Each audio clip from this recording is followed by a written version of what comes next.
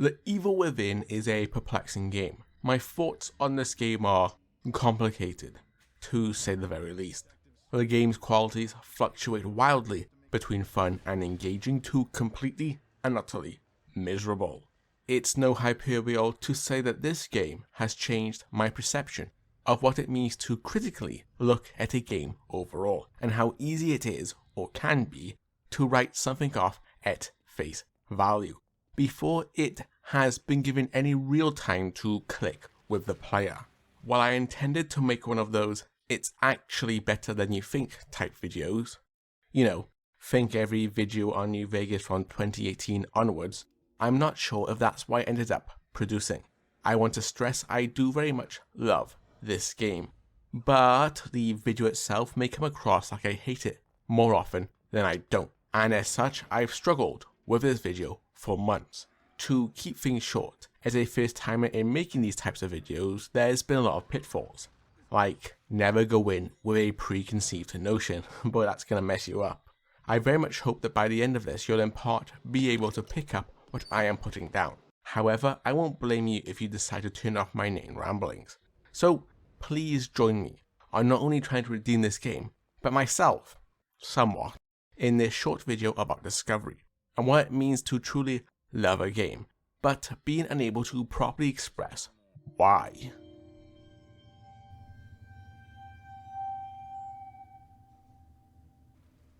If you manage to watch the intro, then hopefully you're in for the long haul. However, there's a few things I wish to warn you before we go forward. Naturally, and first of all, spoilers. Secondly, I made some mistakes. Not big ones, I'll be correcting those as I go on, so don't worry about that. Thirdly, I'm making this video as a means to help myself with my speech. I have problems. This is one of my ways of dealing with it. So there are some problems throughout the video. Well, problems, more like issues with my voice and how I record over a long period of time, since sustained speech is hard. So you might notice some inconsistencies there. Again, hopefully not a deal breaker. And lastly, there might be a few issues with how I tackle certain topics and aspects of the game. Again, I'm sorry, this is my first time doing this, so again, I hope you'll forgive me. Just hopefully watch the video and make up your own mind. Anyway, back to the not so short video. From the offset, The Evil Within had some pretty big shoes to fill, what with it being from legendary director Shinji Mikami. Now, Resident Evil fans might be perking up because, yeah, Shinji Mikami made Resident Evil. Mikami has a long legacy, what with being the man who helped make Resident Evil what it is, as well as having a hand in a number of other iconic games and franchises. And not to mention, just a little tiny extra you might not even notice, he was both the man who pioneered and evolved the survival horror genre as we know it.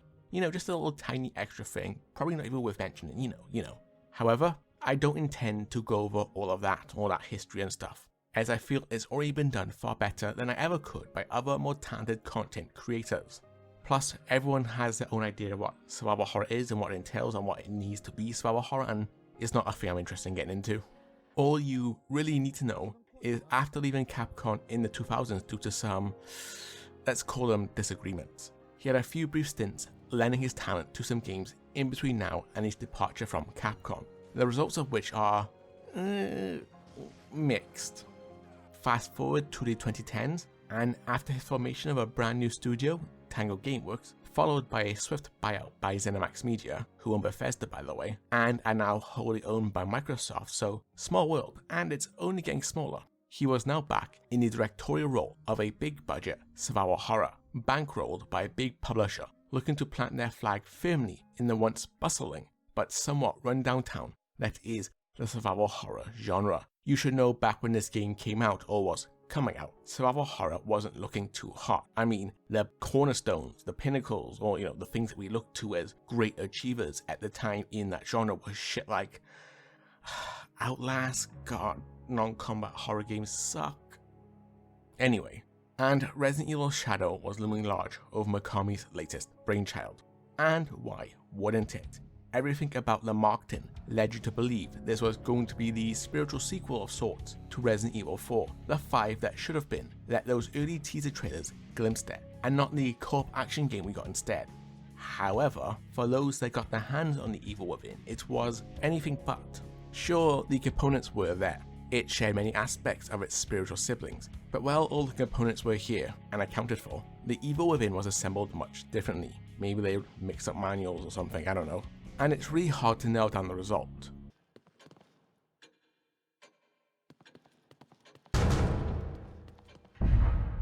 Do you have any idea why this world is the way it is? What? Who are you? Hate. Hate. Ruvik's hate. The man's consumed by it. He wants out. Wants to get his revenge. He wants back what he feels the world took from him. It's not like he could actually get that. It's not like he could actually get that. This world exists as long as he does. You heard something just now? Which I then feel ends up giving the game a bit of an identity crisis. Let me elaborate. The way the Evil Within was advertised would have anyone picking it up, playing it as if it was Resident Evil 4. I mean, you got Mikami on board, why wouldn't you use his last greatest hit, you know, one of the most influential games of the modern era, to, you know, advertise your game? I mean, you would, wouldn't you? And while it can be played like that, to a point, that really isn't what the game wants you to do. In fact, the first few hours are so hostile to a Resident Evil 4 playstyle that I genuinely think it's Mikami trying to tell us something. We'll get into that in a bit, just hold on. No, the Evil Within is an odd hybrid of sorts with many gameplay styles. Some good, and others not so good. But we'll get to that. I want to start from the very top. Now, in order to preface everything I'm going to be saying, I want to remind you all that my main goal is to convince you that this game is very much worth your time. However, the negativity of the next few pages may convince you otherwise. And that is because this game's opening is rough. Like, really, really rough. And is played by some truly awful, just dogshit design decisions. Okay, expectations set. Code 3, ETA 3 minutes. Copy 184. After a brief intro where you're introduced to the characters, I'll get to them, and get to walk around the entrance of a mental hospital, the game's main setting. It's called Beacon, by the way, so remember that. You're suddenly transitioned to a new location, and this will happen a lot during the game's surprisingly long runtime. In fact, the fetish this game has for suddenly and violently shifting you from one location to the next will end up becoming one of my main areas of criticism. But for now, just take note that it happened. And don't worry if you're lost. It's quite intentional on my part. I will fill in these blanks when I get into the appropriate segments, like the story, which I am purposely obscuring for now. Trust me, it's for the best, it's not very good. Just like this game's plot, it's for the better if you remain a bit confused for now. Hospital. Hospital. Hospital. Hospital. Hospital. Hospital! What the fuck?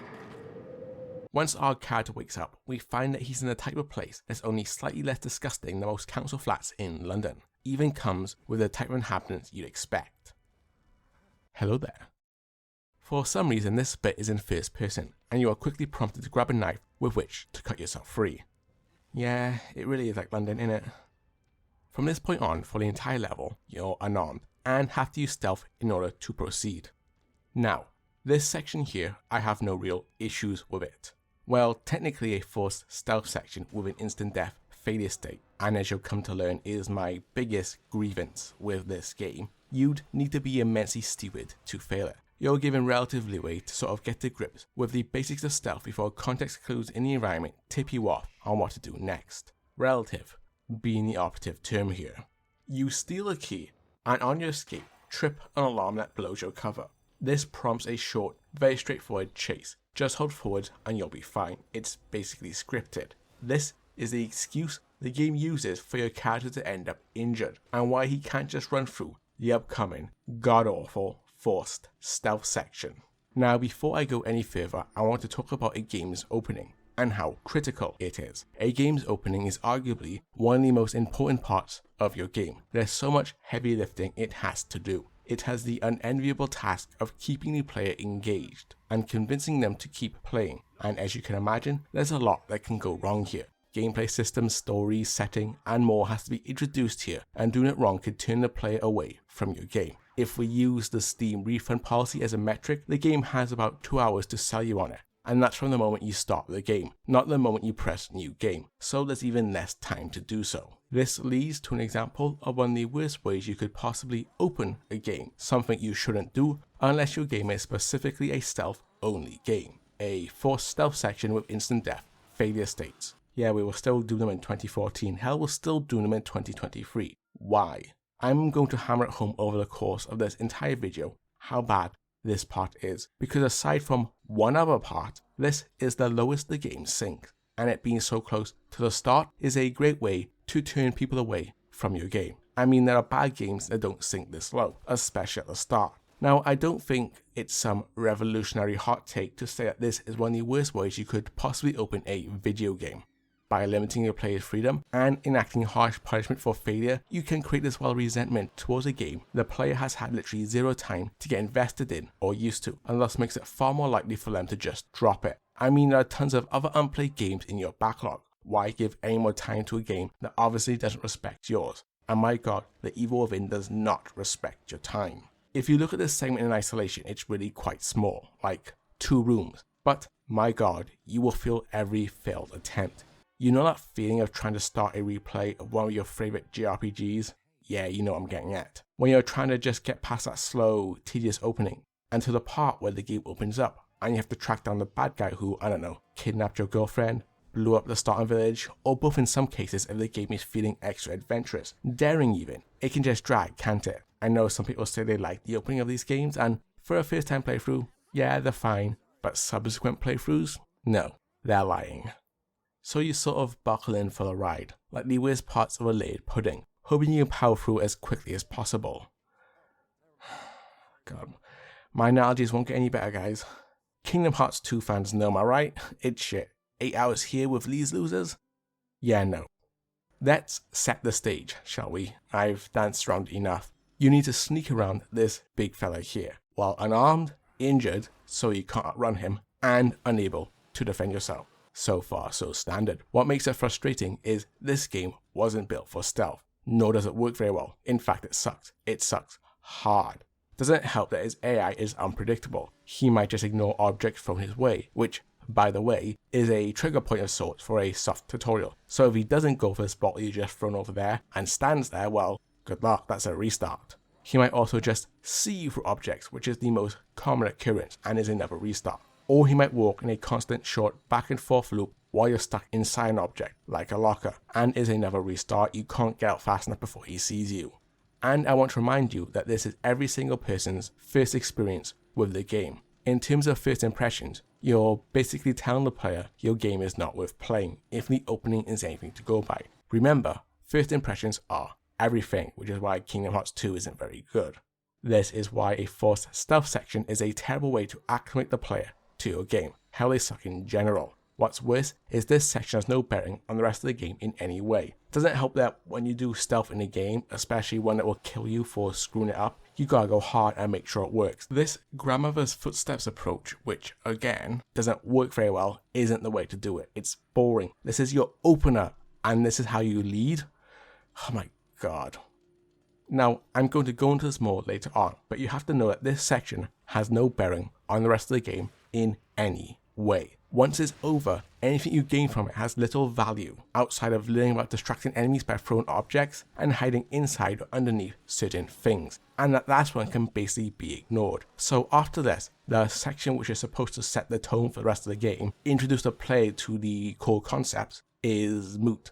It doesn't matter. Stealth, beyond this point, is optional. Hell, I'd say even less than optional. It's basically useless. Now, I might be making a fuss over nothing.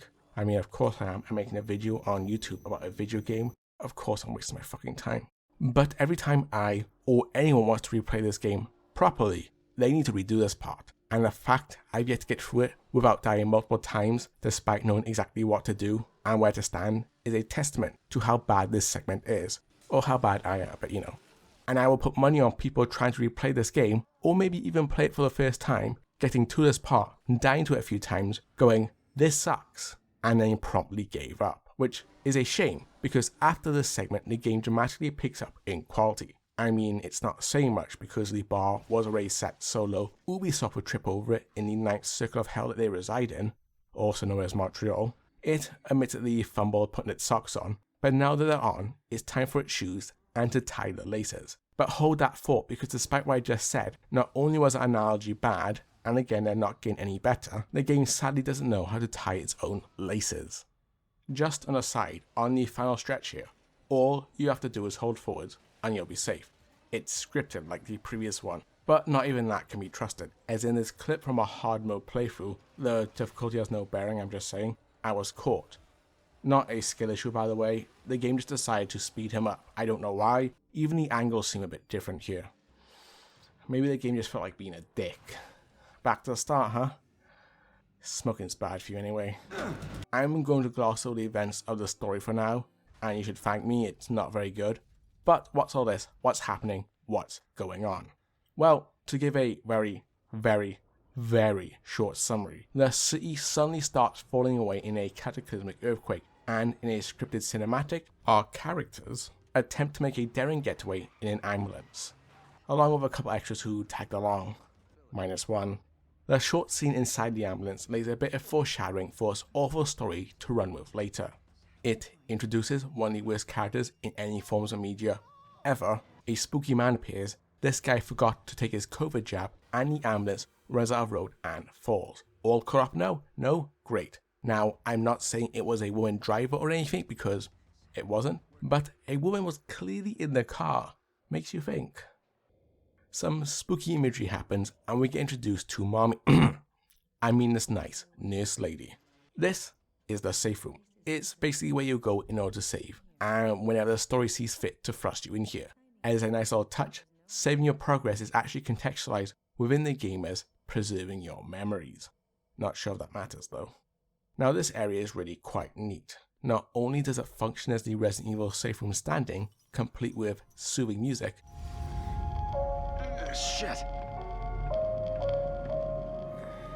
and you'll get to know it quite intimately as the game goes along. It is also where you can upgrade your character, unlock safes, I'll get to it, and find some of that juicy video game lore that some YouTubers make bread off of by over-analyzing. It also serves up a nice little slice of subversion on the typical safe room trope, which I'll get into in just a bit.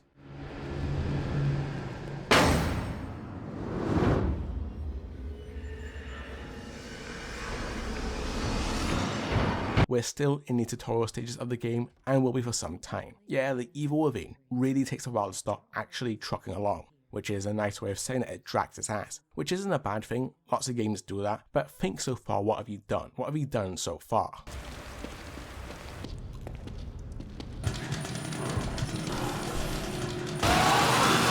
Everyone must be dead. Yeah, right, it's not exactly great. It's not really making any great cases for asking the player to stick with it. It truly runs the risk of souring you on it by the time it actually gets going. Like a partner who takes too long to slip into some lingerie. I mean, the moment's gone now, and I'm asleep. It thoroughly whelmed you with its bog standard opening hours. Much like sex with me, as with any modern game, The Evil Within has an upgrade system where you can upgrade your character's stats such as health, stamina, and melee damage, as well as the stats of the guns you acquire throughout the game. This process requires a resource found throughout the game called Green Gel. Don't think too much on the name.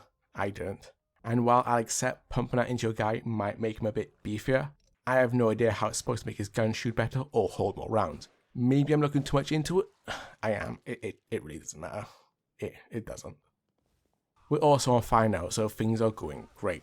When we wake in the now crashed ambulance, health low, the game prompts us to find a healing item, which happens to be this healing syringe just laying around. This is a good enough point to talk briefly about the game's health system. Sebastian's health, by the way his name is Sebastian, I probably should mention that, so I'm mentioning it now, will only recover to a fixed point, and the only way to recover more beyond that is to either use a healing syringe, which only partly heals you, but its effects can be upgraded, or by using a med pack, which fully heals you, permanently increases your maximum health ever so slightly, are super rare, and leaves you dazed for a couple of seconds, meaning you are open to attack. It's a rather interesting system. A bit different. I'm okay with it. Also, opening the inventory menu slows the game down, but doesn't pause it. Just thought I'd mention it. Also, one of these med packs can only be obtained via pre-order bonus. I'll touch on that shortly, I do have some choice words. For now, it's time to talk about graphics options, because when isn't? When the Evil Within shipped, it was not in the best of shapes. It was hard to see thanks to this letterboxing which could not be turned off, and this awful grain filter which looked terrible whenever the game is dark, which is, most of the time. It is a horror game after all. And to cap it all off, the big cherry on top, it was locked at 30 FPS, even on PCs. And it struggled to maintain that 30 FPS target, especially on consoles. In terms of first impressions, I mean, at least it's not as bad as the one that the Dutch colonizers gave, so there's that. Now, regrettably, I have to admit that I originally bought this on the PS4 back in the day, just on the cusp of me realizing that Sony is a putrid, horrible company, but that's a different story. My god, this game was not optimized well, and even going back to the PS4 version for footage, Jesus Christ, it plays horribly, and has this washed up look to it. Needless to say, I was not impressed with it much back then, and you can imagine how that opening section made me feel in sub 30 FPS. Thankfully now, you can turn all those filters and caps off, and that's exactly what we are doing. Anyone who plays with the mod by choice is a brave person, indeed, and someone I'd not want to associate with. You're probably a bit of a psychopath. Thanks to a patch, the PC version can now also be bumped up to a much easier to swallow 60 FPS. God, imagine still being stuck with only the console versions, even to this day. Or worse, the lesser gen versions. Ugh, don't look at them, don't acknowledge them, they don't exist. Sebastian controls pretty alright. He moves when he pushes the stick forwards, he turns when he turns the turning stick. He's able to tactically reload a bolt-fed sniper rifle mid-jump on a dime. Typical American police stuff. He's taught everything except how not to be racist. Controls are pretty responsive and don't get in the way of the core experience much. That's all you get on controls, by the way. You're welcome. Melee attacks feel great too. Very punchy and weighty. Just listen to that thunderous whack. No wonder why adults hit their kids. Should I keep that? God, maybe. You also obtain the lantern here, which is your light source throughout the game.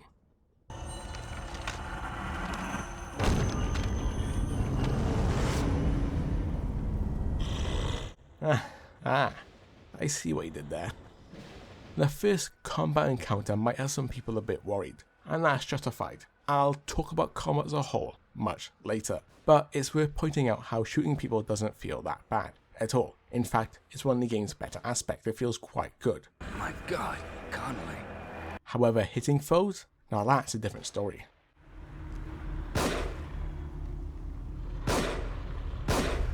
Odd little thing here, but in order to fire your gun, you hold down the left trigger, then fire with the right. Very standard.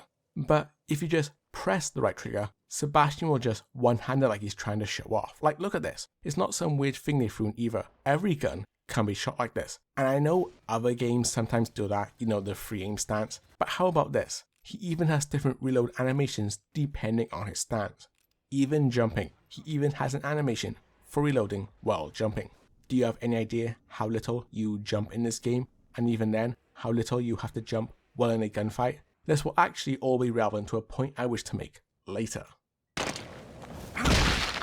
Little quirks like this is what keeps pulling me back to this game.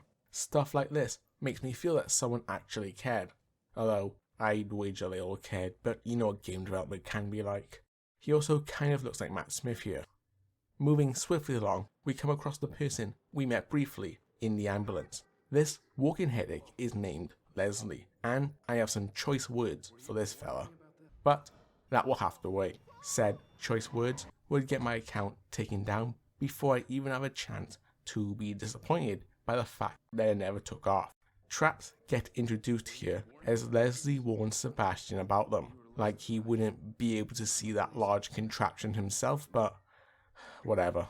The game actually makes a show of Sebastian being like, "Whew, glad I saw this. Might have been bad if I tripped it," and then he promptly disarms it without any prior knowledge. Disarming traps gives you scrap, a resource you can use to craft bolts for your Agony crossbow, which is found not long after. There are a variety of traps in this game, all of which require a different approach to disarm. For example, this wall-mounted bomb, which bleeps if you stand near it, but won't if you crouch. Interacting with it prompts a brief micro game in which you have to make sure the dial stops in the green in order to fully disarm it. Tripwires require you hold the interact key on them, bear traps only need you to tap the interact key, and booby trap chests need you to gingerly open them only to suddenly stop at a certain point. It's poorly explained what that point is, and you'll probably need to fail a fair few times to get a feel for it. It's not great, but chests hold the best reward, so you better get used to it. I think traps add a little something to this game. A secondary hazard that's present just enough throughout the game that they can catch you off guard, both in and out of gunfights. They can take a few other forms as well, like pressure plates, but these are far less common and can't be interacted with in any way. Aside from, setting them off. Traps can serve a dual purpose. Well, there's some decision making at least. Do you disarm them and claim the scrap for yourself, or use them to help thin out the enemy hordes by setting them off when they're close? They're placed in ways that can blindside you if you're not paying attention, and is something else to keep an eye on during involved encounters. Now, traps are cool, but a bit underutilized. That's, however, on brand, as this game is obsessed with half-baked mechanics and concepts it likes to introduce then drop just as quickly, and it's one of my biggest bugbears with this game. You'll see it more and more as we go on, with locations, concepts, and entire mechanics introduced and dumped, all in the name of variety. A variety spread so thin, no one thing has enough time to really settle and make much of an impact.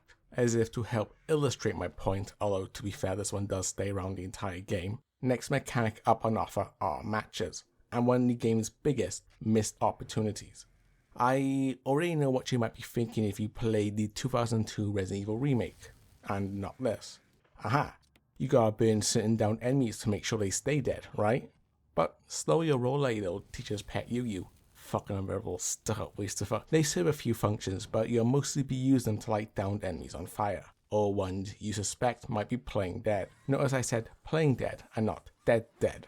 This is because despite Mikami working on the 2002 Resident Evil remake, a game which also included a similar mechanic, dead enemies will never return nor threaten to return. It's an extremely disappointing omission when you consider how much it added to that game back then. It caught newcomers and old players off guard. Now, I know this is just me wishing for something that isn't in the game, but you can see where the connection comes from. I'm not pulling it out of nowhere.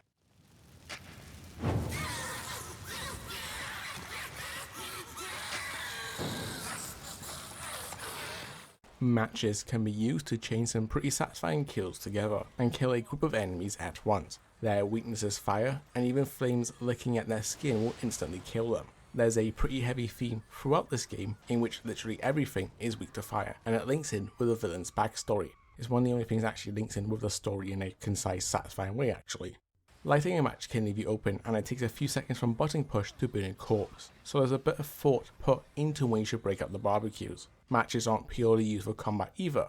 They can be used for other things, mostly burning things, to open pathways, or find objects. I mean, what do you want? It's a match. But I don't know, it feels half-baked. Get it? There was so much more to be done with it. We'll never know because the sequel dropped the concept entirely.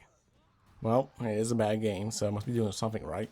Honestly, despite my bemoaning, I can see why it wasn't built upon much in either game. Unlike Resident Evil, you hardly ever retread old ground. So it's not like those corpses have time to get nice and mutated before surprising you with a fake out when revisiting old areas. It's a very linear romp from one location to the next. God, remember when morons turned linear into a bad word, and we're still dealing with the fallout of that? You've got time to complain. I don't know, I can imagine a mechanic where some dead enemies will start mutating immediately after death, and you have to prioritize them before they fully turn. However, there's nothing of the sorts here. Maybe I'm asking too much. I mean, Callisto did it, and well, yeah, Callisto Protocol. If anything, Set and Fighter stuff looks pretty cool. The game's lighting is really good overall, actually. Sit too close to the screen and you might lose your fucking eyebrows. Shit. The first real combat area is more like a stealth puzzle of sorts, because chances are you won't flush enough with ammo to charge in, guns blazing. And if you're new, you're blissfully unaware of how bad this game's aiming is, with a targeting reticle that lies to you. Before that, however, we stumble upon our first mirror, which leads us back to the safe room. Whenever you come across one of these broken mirrors, you'll hear Claire de Lune. Shit.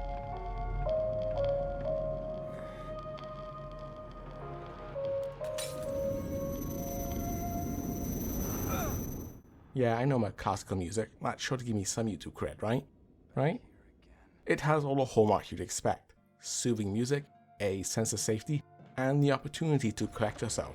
The soft light and familiar piano notes will become like a beacon to you if you've just gotten through a harsh encounter and are really low on resources. Ah, beacon. Oh, okay, fair enough. I wonder how intentional that is.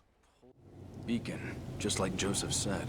Getting back on track, the first real encounter tricks you into playing it like a stealth game. But no matter what you do, unless you're some kind of fortune teller, some hidden enemies playing dead will raise up once you get to a certain point and you'll be spotted, forcing your hand and making you have to go loud or flail around or whatever. Which is something else this game keeps pulling on you. As if to further prove my point about introducing concepts I can't fully commit to, despite there being an entire tutorial that forces you to use it and kills you if you don't. Remember that? The Evil Within stealth offerings are a lie. Frequently in multiple areas within the game, it has you thinking stealth is a viable option, but aside for maybe 1 or 2 areas, that outright isn't true. More often than not, barely into any area that's full of patrolling enemies that seems like it might be the perfect opportunity for a more open-ended stealth affair, something will happen to force you out of stealth and into combat. Which is fine, they designed some pretty good combat arenas and want the player to engage with them. Why even give us the illusion of choice then? I don't know. What was the point of that open section if it taught us nothing? Or worse, set us up with a mechanic the game itself dropped. Keep in mind, that opening was so important to the developers, apparently, that it risked turning people away by how awful it was. For example, this big, dark room here. If you trip any of the alarms or are spotted, the lights flash on, music starts playing, and this big spinny blade of death starts rotating around the entire room, decapitating anyone who's not crouching. It's quite a unique room, it's the only room that does this. Everything about it has you thinking you can stealth through it. But nope, once you get into the first of the side rooms, boom, a sniper clocks you and the whole room lights up. And this happens constantly throughout the game. The area right after the first also does the same thing. You're prompted to sneak around this large horde. However, near the end, a few who you couldn't possibly see get up and they'll notice you. I mean, this cutscene right after where Sebastian is chased by a horde wouldn't make sense if you snuck by them all. They could have weaved it in better rather than just failing the player on a mechanic the game itself incentivized from the very start. Sebastian even says, oh, I hope they don't see me, better stay down. That's right. Just keep doing what you're doing. The scene even plays if you clear them all out, by the way, so yeah. Although that is a New Game Plus privilege. You heard something just now? The next level is where the Evil Within pulled one of its coolest Uno reverses. It takes place in this village. You enter unseen, and for now, the monsters are unaware of your presence. Not unlike the opening of another horror game from the same director set in a village full of murderous inhabitants who you have to hold off as they swarm you. Where's everyone going? Bingo? But hold on now. Unlike Resident Evil 4, you can actually tackle this, for the most part, completely in stealth, and it's the only time the game will let you do it too. I know you can stealth in the remake, by the way, that doesn't count. You can even prey on the villagers as they go about their business. Look at them having a grand old time just going about their day, doing farm work and mutilating people. That's cool, it's a different culture. I can vibe. This village is a great section, and the saddest part is it never does this again. It's a trick, a ruse, a hoax, the old wild treachery. If I had to guess, maybe doing this would be too much work, and the game feels rushed as it is. It's one of the most complex sections, like a vertical slice of what the game should have been. Maybe you should have led with it, I don't know. Every other more open-ended section after this is far less detailed, and most end up boiling down into straight-up combat set pieces anyway.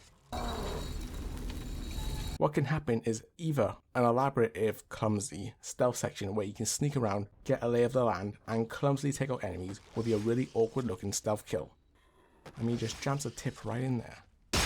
A noisy, equally clumsy gunfight with limited resources if you go in loud, or a little of both where you stealth to thin them out until you're seen, then go loud, which is always my preferred, it's the most organic, diegetic, and other $5 words. The entire village is full of places to hide, traps, ways you can distract enemies, and so on. And while cool, like I said at the start, this game's implementation of stealth leaves a lot to be desired, and it really shows here. Being spotted through walls? Check. Enemies acting erratic and just magically gravitating to why it might be so suddenly. The clunky stealth mechanics gives you little time to react, oddly specific, but check. And they also sometimes just know where you are. That's 3 strikes. It feels like even the game itself expects you to abandon stealth at some point, as there are even several collectibles in the area that need to be shot at in order to acquire. A sniper that's really hard to get around and will clock you sooner than you think you can, and a boss fight of sorts with a chainsaw wielding enemy you need to kill in order to proceed. But you can in theory stealth your way around and kill everyone before triggering that fight, I suppose, if you're really autistic that is, and no one tell me they did it on the first try. You're fucking lying. Shit, better find cover. This village is where you also acquire the shotgun, which as far as video game shotguns go,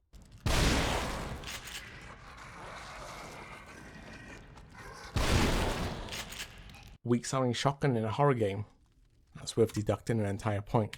Oh, and you also get the Agony crossbow here. You know, arguably one of the most important items in the game, which is why it's so odd.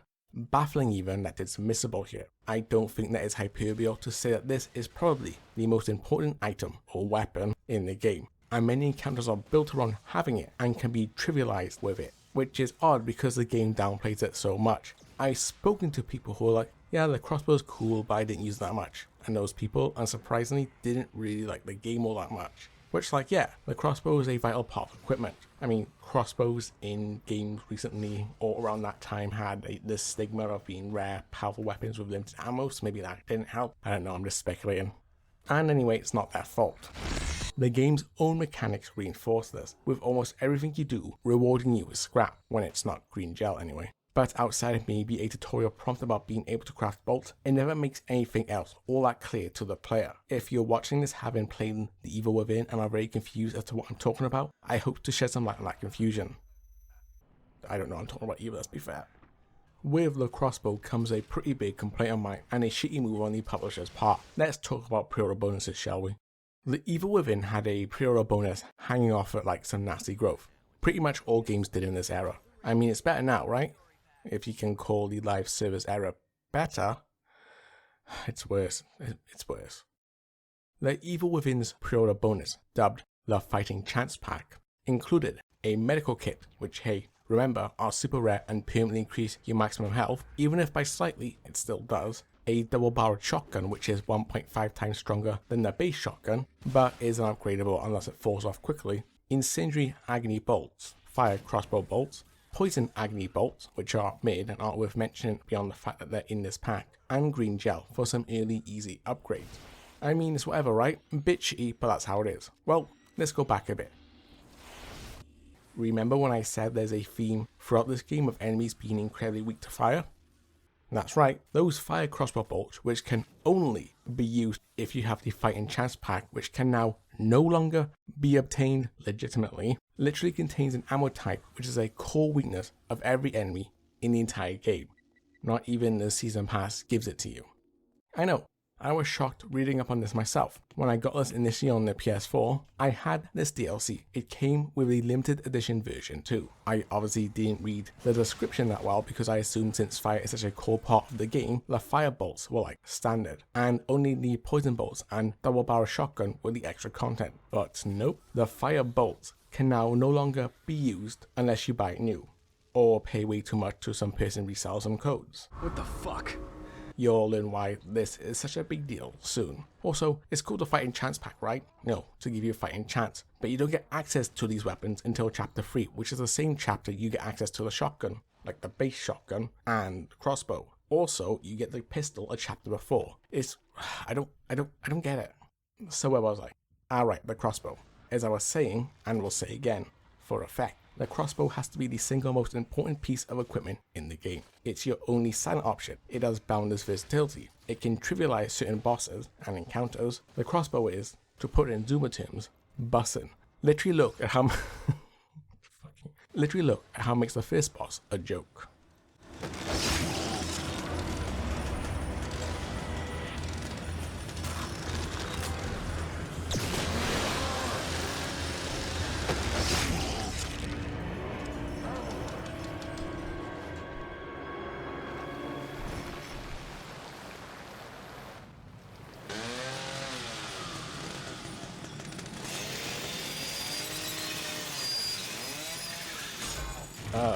Okay. You're the one with the gun. If you say so. Okay, let's talk about the story since I've run through the opening segments and covered most of what I wanted to talk about there. Spoilers by the way, although to be fair you're not really missing much. It's not very good. The Evil Within story is, well, it's unfortunate. It's at points super straightforward and simple, and other times needlessly esoteric and complicated, and in no way is any of that a compliment. You'll see. You play as Sebastian Castellanos. Detective Castellanos. Sorry, Detective Castellanos. And you and your buddy cops are called to a Beacon mental hospital fresh after wrapping up a previous case. Man, those NHS protests really started getting out of hand, didn't they? The other characters who are with you at the start are Detective Joseph Oda, Sebastian's longtime partner, and by the looks of it, part-time J-pop artist, and junior detective Julie Kidman, filling in for the role of Woman. There's also Oscar Connolly, he's here too.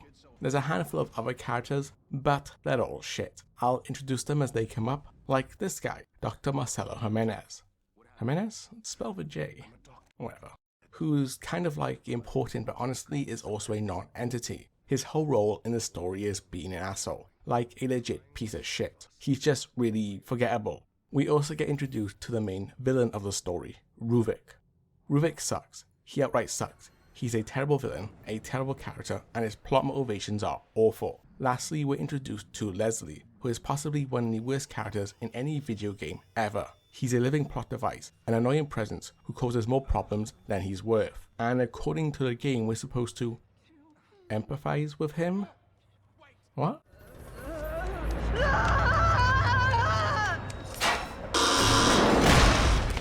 Leslie! Leslie! Leslie! I'll elaborate on the characters in just a bit, but firstly, to sum the story in the worst possible way, The Evil Within takes place inside a Beacon mental hospital, except for when it doesn't, which is most of the time. Yeah, I know. You arrive well after the fact, and your job becomes surviving the events which unfold, as well as uncovering what happened. Well, in there, things obviously don't go to plan, and everyone ends up having a real bad time. You with me so far? Good, because things don't stay very concise for much longer.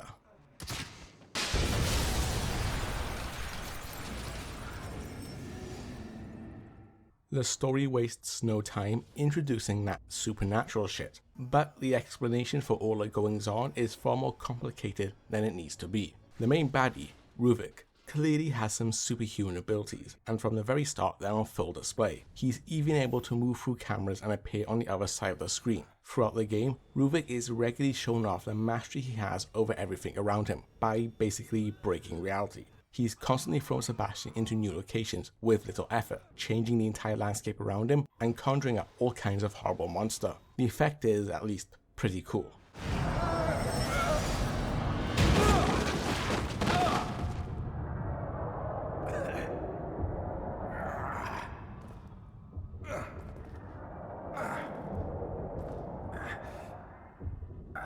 The city falling apart near the start is also because of him. The entire populace is rendered basically useless and at his mercy, as he's seemingly able to turn them into monsters at will. For most of the story, Sebastian is left playing catch up almost the entire time, trying to figure out what the hell is going on, while trying his best to keep his co-workers and whoever else he finds alive. For better or for worse. And for some reason, Ruvik needs Leslie in order to escape. Now, what do I mean by escape? Why would the master of all that's around him need to... Okay, strap yourselves in for this one. This thing gonna run? Only one way to find out. Oh god. Don't let her drive. Don't let her drive. Ruvik is an evil mad scientist man, and throughout the game you uncover that he's been working on a project known as STEM. What is STEM? It's like virtual reality, but more immersive, and with a few extra steps, which now means I have to reveal the big twist of The Evil Within. A big, stupid twist.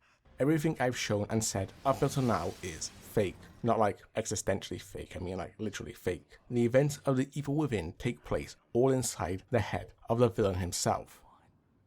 Sort of, it's complicated. Everyone within the story is real, however they're all plugged into the shared consciousness.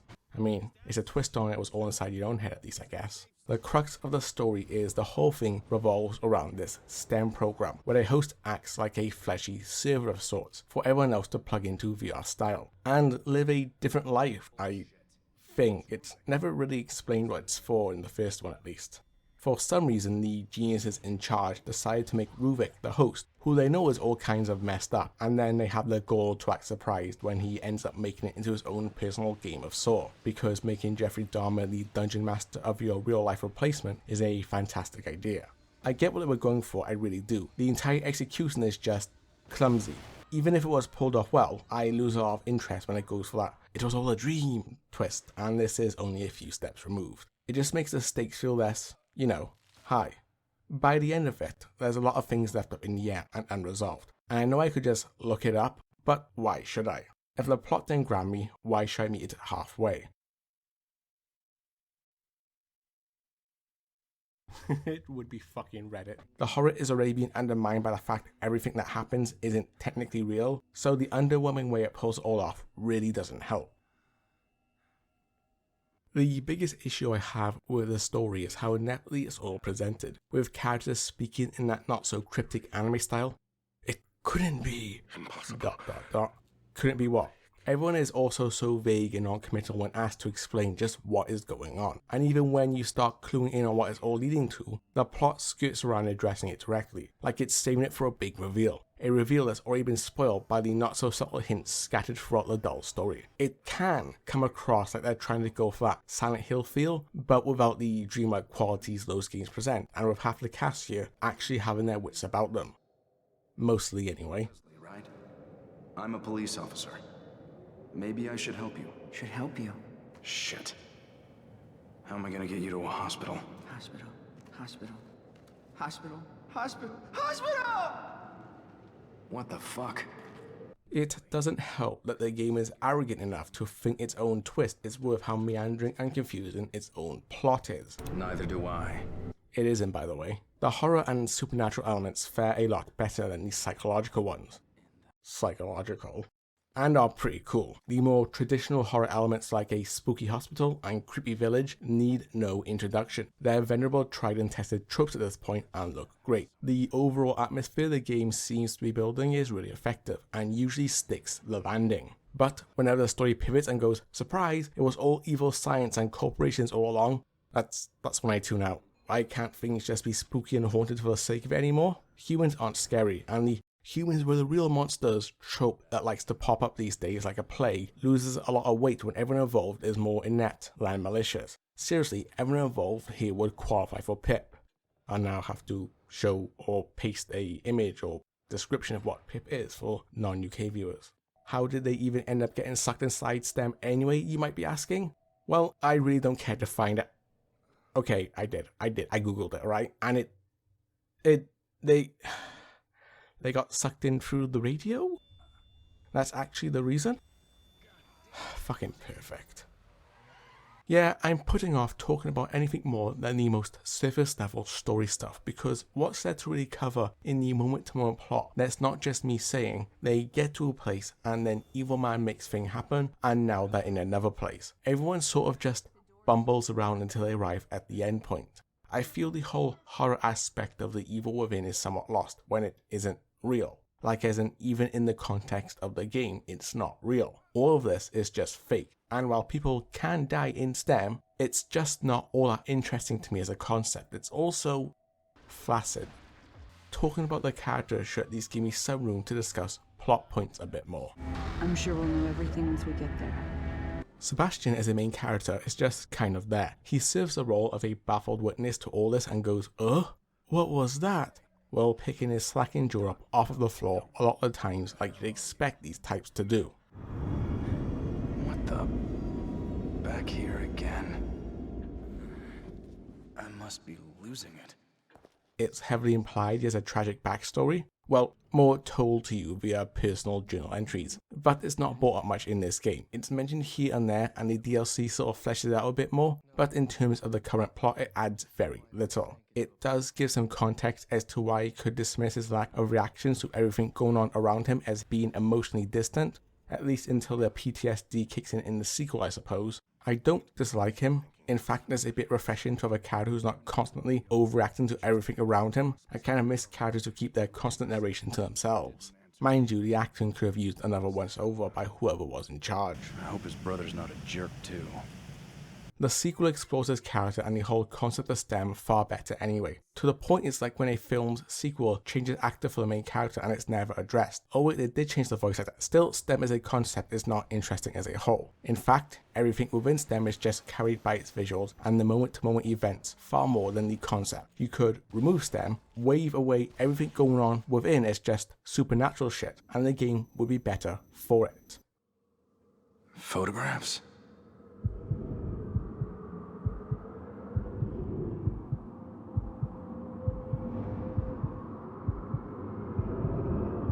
A church.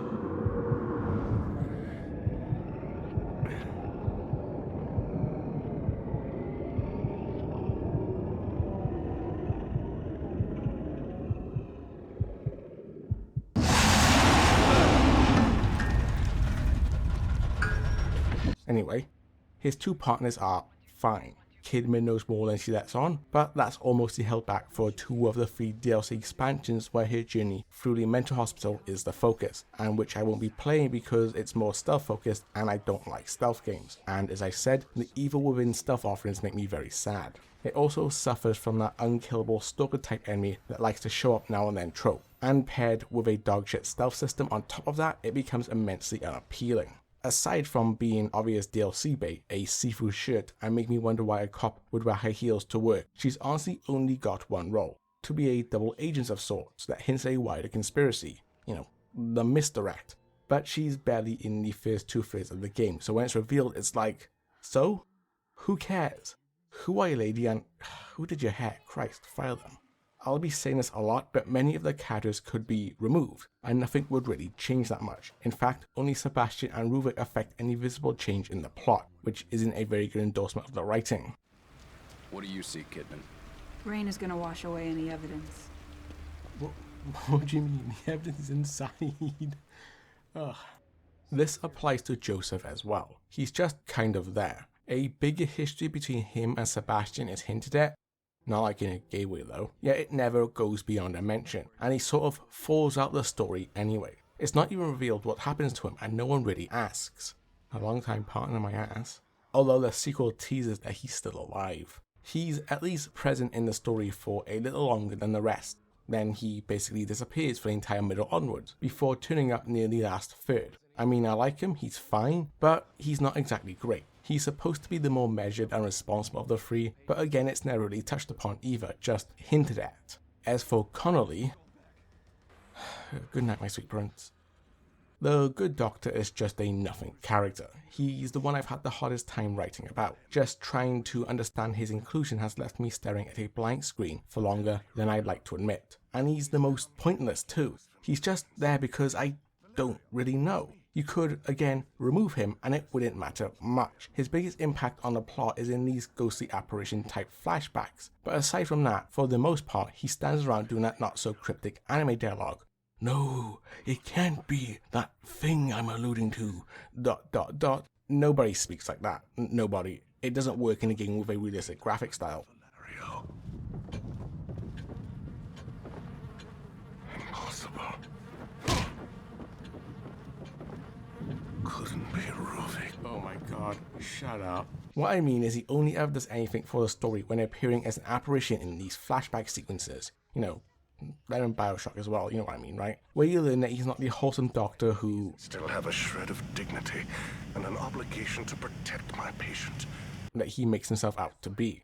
Anytime he makes an appearance in the present, he basically avoids directly answering anything posed to him or isn't really contributing to much of anything. I get they're trying to portray him as manipulative and his whole Karen Doctor stick is entirely fake, but it's not pulled off all that well. He just comes across as inconsistent.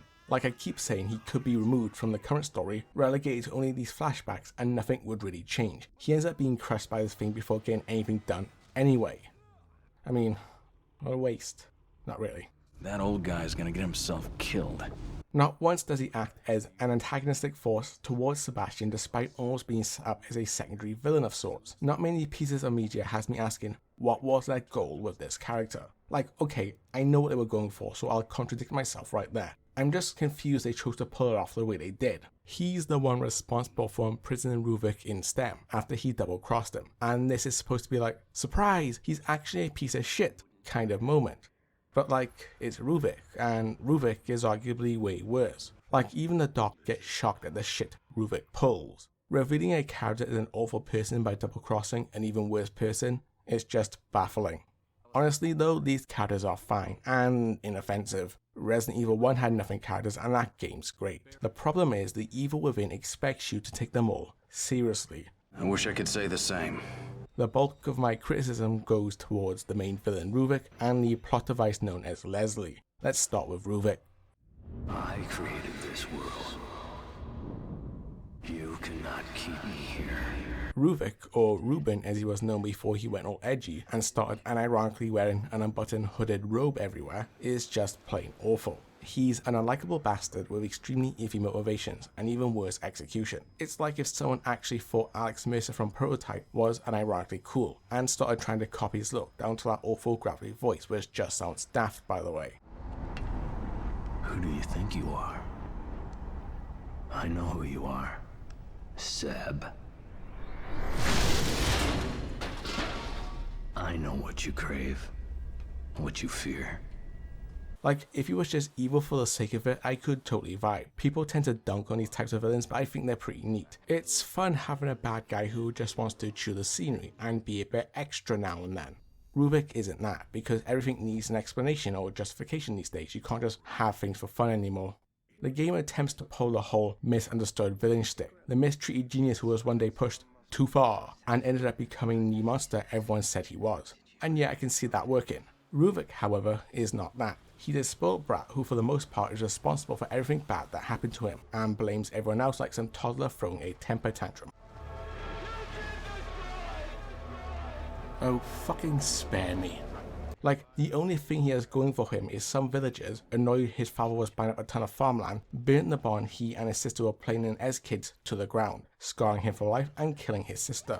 The villagers weren't actually aware they were in there, so they're not murderers. Well, they are, but it's like second degree. He was then locked away by his father after the fire because of his horrible disfigurements. Said father then lied to his wife, Ruben's mother, claiming Ruben died in the fire alongside his sister. This is supposed to show Ruben's father as a piece of shit, but like, dude was a hero in my book. Ruben was in the middle of his Joker arc. Even before this, the fire and the locking away, he was some freak who tortured, killed, and experimented on dead animals. Well, on animals in general, and had little remorse for those he harmed. This didn't turn him into a monster, he was already on that path. Eventually, Ruben broke out, killed his parents, and took control of their estate. It's also where he went all edge mode and started going by Ruvik, along with blanking out his social media profile photo. We all know the type. The game fails every turn to make you sympathize with him, and it's almost comical how bad its attempts are. I was so close. He knew it. Knew that I was too focused to notice when he brought those men. Although, to be fair, a really quick aside, nothing will top Last of Us Part 2's attempt to make you sympathize with Abby's dad. Oh my god, like, it's, like, who thought this was a good idea? It's like what a Disney movie thinks a good guy is. Oh, look at me saving a dying animal. Oh, what a nice person. Oh, did you feel bad for killing him as Joel? No, I don't. Anyway, he's a legitimately horrible person. He's not some wide-eyed, idealistic scientist working towards the world's betterment. He's trying to prove how much better he is than everybody else. He's a total narcissist, and him getting wronged by a couple of pissed-off villagers is suddenly the catalyst that makes the world his enemy. I mean, like he needed an excuse. Mind you, it at least plays into and makes sense why the game's starting areas show the villagers in such a negative light, it being Ruvik's interpretation of them and all. There are too many to shoot our way through. Yep, he's an American cop, alright. He would kidnap people off of the street and put them into these elaborate torture rooms, and when confronted on it, he'd justify it by calling them less than dirt, in ways only a Redditor who thinks they're an intellectual would. This was not mere research. The things the papers say were done to those people, those traps. These vermin, these microbes, they're mine to do with as I please. But you are correct. This was not mere research. I'm close to perfection.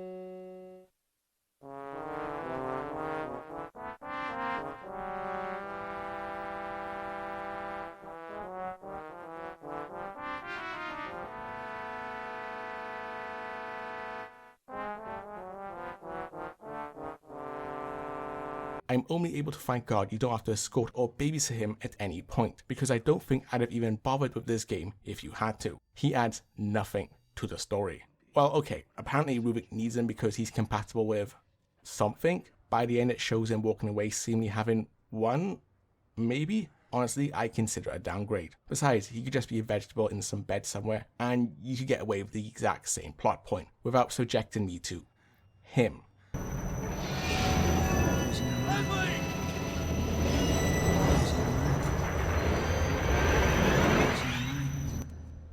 The game is trying to pull the old savant cliche where he's extremely handicapped, but like superhumanly good at one specific thing. I don't know what that thing is though, because it's never explained. His presence is enough for me to recommend against getting this game if annoying characters are a major deal breaker for you. He's offensively bad. Not like offensive like snowflake offensive, but like, although you could be seen that way, but like standing next to someone at a bus stop who stinks of body odor and is fat and shat their pants. It's more common than you think on this glorious underfunded public transport. Even the forced stealth section is something I can excuse since it's only at the start. But Leslie, if you cannot stomach these types like children in mature rated games annoy you, or any child written by Nomura, stay away. Oh my, is that a Moogle? You can see me, Kupo? What I'm trying to tiptoe around is basically Leslie is a stupid character. A really stupid character. And I don't just mean that he's retarded, which is something else that affects this entire game. It's one of those plots that require characters acting extremely stupid, almost opposed to their usual selves, for certain events and scenes to trigger. It's a trope that affects all of horror media to be fair, and The Evil Within is no different. Well, that's it. Leslie is just fucking awful. The clips I played should be enough. He's barely in the game, but the negative impact he has would stop me giving this game a 10 out of 10 if it was otherwise literally perfect. Honestly, I thought I had more to say about him. Oh well. If I make it out alive, I'm never riding in an elevator again.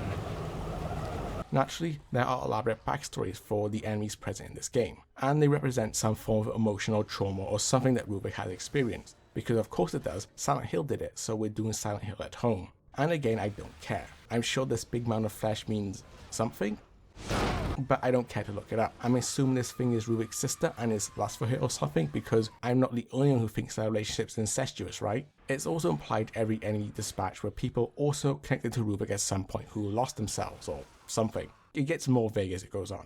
I cannot recommend you pick this game up for the story. Is that obvious? Yeah, I know I didn't exactly sum it up that well, but there isn't really much to talk about. There's plenty of that subtext going on. However, the upfront in-your-face events are, they get to Spooky Hospital, Evil Man thinks he was wrong, so he has one extended gamer moment for the entire run. You beat him, it was all a dream. Or was it?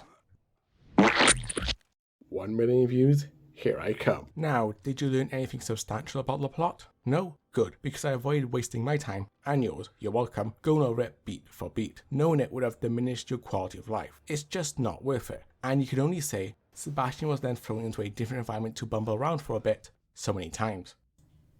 This guy knows. Now that was a lot of negativity, so let's bring it back a bit. I mean, my goal is still trying to convince you this game is good. I think. Where The Evil Within does shine, at least early on, is its environments. Some look great, and you know if walls could talk, these ones will have some pretty grim stories to tell.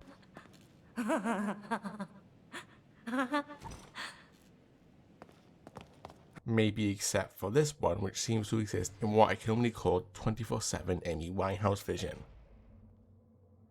At the very least, the game being set in the head of the main villain means they can do a lot with the setting and give very little explanation for the raw wild shit that pops up. Ruvik thinks people are backwards and hates the villagers who did this to him, so the first few levels are set about a centuries ago in some backwater village. Makes sense? Hospitals can be a place of great despair and sadness, so naturally, his interpretation of one would be very colourful. Plus his, history with Beacon and so on. Which I didn't go into, but it doesn't matter. But Ruvik isn't the only one who can influence things. It's said that everyone within STEM are contributing on a subconscious level. In fact, it's said right here. So your research partner is a psychopath, and we're all inside his head. Not exactly, no. All of us are contributing on some level. But he's the only one with conscious influence. Which is why Sebastian has a safe room he ends up in a lot. The safe room is really cool in form and function. In the story, it's a safe place for Sebastian to reside, and it's even implied should he die, the most recent version of him would be recreated here. Around halfway through the story, Ruvik and his many creations start attempting to break down this safe space by slowly corrupting it. As such, you get these short sequences where you think you've entered the safe room, only for it to be a false version of it. As the game goes on, the room starts looking more and more in disrepair as Ruvik slowly picks away at what little safety it provides Sebastian. This place is filthy. It's a real neat touch, and probably the only good use of the fact this is all taking place within someone's consciousness. Another thing the safe room provides are these safes. Throughout the game you come across these single-use keys that can be used to open any of the safes located in the back of the safe room for a random reward. Safe room or safe room? It's a cool way to gamify collectibles and lighten the burden a bit, especially if your last room visit was a while ago. You have like 3 of these stowed away and are low on resources. The keys themselves can be deceptively well hidden. Figuring out where they all are and finding them all is one of the highlights of the game. It's such a cool little addition to the game that is one of the few things the sequel brought back completely unaltered, along with the hot nurse. You do realize there would be no one to replace me. The nurse is only found within the safe rooms. I don't exactly know her deal, but she was a nurse at the hospital at some point. I mean, obviously. And don't pick up that last missing persons poster, whatever you do.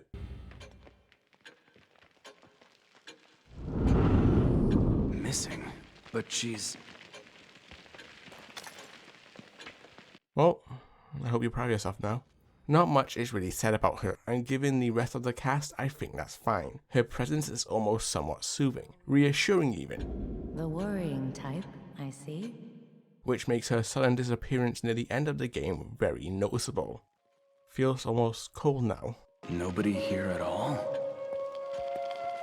The gunplay of The Evil Within is a standout feature. Bullets can be a rare commodity, especially at the start, and despite the weak sounding shotgun, that scarcity adds a sense of weight and importance to each shot fired. Landing a headshot with the sniper is especially satisfying, thanks to the punchy sound effects. Additionally, the game's choice of weaponry reflects its pseudo-1920s setting, with your guns consisting of a World War I era revolver and the shotgun, which is basically the trench gun. The other weapons include the inexplicably more powerful than the rifle Magnum, a Mikami staple at this point, and unlockables like the machine gun, which is based on a Type 99 Japanese submachine gun, and of course, the rocket launcher. Oddly enough, it's not infinite ammo, and once you use all 20 rounds, that's it, they're gone for good. For all subsequent New Game Plus runs. I don't get it either. As previously mentioned, Sebastian doesn't even have to go into an aim stance, he just one-hands the revolver like a boss, if you want him to anyway, and every weapon, aside from the rocket launcher, has different reload animations depending on Sebastian's stance and state of character, so running, jumping, crouching, and standing will change the reload animation somewhat. It's just a cosmetic change, the reload times are the same, I think. It's the little things, you know? Like popping an enemy's head like a fucking watermelon and watching the gore spread to every available surface, including Sebastian himself. That's another thing this game is very extra about. The liquid effects are like really good. Liquid will stick to Sebastian character's enemies' walls, and in Kidman's case make her shirt totally see-through. Like, the water effects in this game are up there with the best of them, even to this day. It's definitely one of those early next-gen games where they emphasize a lot of extraneous detail, while not still fully grasping the tech. As a lot of this falls away by the second installment when they realize nobody really cared how much muck you can get in Sebastian's mullet. But I care, damn it. Sadly, this game is somewhat cursed by the fate all early turn of the generation games suffer, and that is being tied to more than one generation of consoles. So somewhere out there, some poor soul had to experience this game, at release, on PS3. Whoever you are, you're braver than any US war vet, and you don't even have the stigma of leaving every country you, hell, as a smoking crater. Why is that an issue? Well, cross-gen games usually suffer from one of two issues. The game is either built with the next generation in mind and then has to be downgraded to fit the previous gen consoles, or vice versa. And in both cases, it can result in a game that isn't taking full advantage of any of the strengths the newer generations provide, or lacking the amazing amount of mileage that we can squeeze out of older tech the more we master it. The overall experience is just lesser, and they should have really just stuck to one single gen. Mind you, it would probably make for an interesting video to visit the older versions at some point. The game can look really good in places, the lighting especially is a highlight. Huh? But in other places it can look downright embarrassing. Graphics aren't something I really want to talk about much. It's fine, the dirty look everything has reminds me of PS2 horror games of a similar vein, like Resident Evil 4. A vibe I feel the remake lost, but I digress. I left a lot of dangling points a few pages ago, so let me tie them up. Getting back to where we left off, Chapter 4 is where the game starts changing for the better. Kind of, it's an ongoing process. You're presented with an opportunity to explore a little bit, and given the yard of this small hostel to do it in. A refreshing change of pace, to be sure. Whoa, aren't you a big boy? I'm only giving this place a 3-star review. The haunted screams of the damned is a real mood killer. There's this one odd part with the only NPC in the entire game you can save, and she just runs to this hut and fades out of existence. You're welcome. You okay there, lady? I mean, you haven't even bought me dinner yet, and you're already showing me your disembodied legs. Well, I am a leg man after all. This area does have one of the better jump scares I've seen in a video game. The opening of this level isn't the main attraction, no, although it does start giving a good first impression. The main event is when the game separates you from these two, thank God, and finally starts settling into its horror. But first, another lesson in what not to do in game design. Sebastian ends up in an area which I can only describe as what Peter is trying to convince you most farms look like, and this entire area is set up in a way which sets the tone for many future encounters. There's a bit of setup required is what I'm saying. You can set up some traps if you picked up the crossbow, and my god you better have, and decide if you want to fully disarm all the current traps or leave them to be used later, which is cool, except there's no way to know this because once you try to leave, the door seals and you'll probably die in your first enclosed encounter with a mob of enemies and have to do it all again. Wake up, drain blood, disarm traps, or decide which ones not to, see what level does what, and so on. And that's if you don't accidentally trigger the fight while just exploring your first time through without knowing where everything is, and probably die again. However, that isn't what I mean by what not to do in game design. That is in the next room over. That time of the month, huh? Laura is infamous among this game's player base as being one of the worst things about this game. Worse than Leslie? Let's not be too hasty, at least I can shoot her. I'd go a step further and say she's one of the worst bosses in gaming, period. Get it? Because she's a woman and there's a lot of blood everywhere. Laura has one function, to subject you to this animation over and over and over again. The real horror is having minutes of your life wasted watching this bloody animation throughout your playthrough.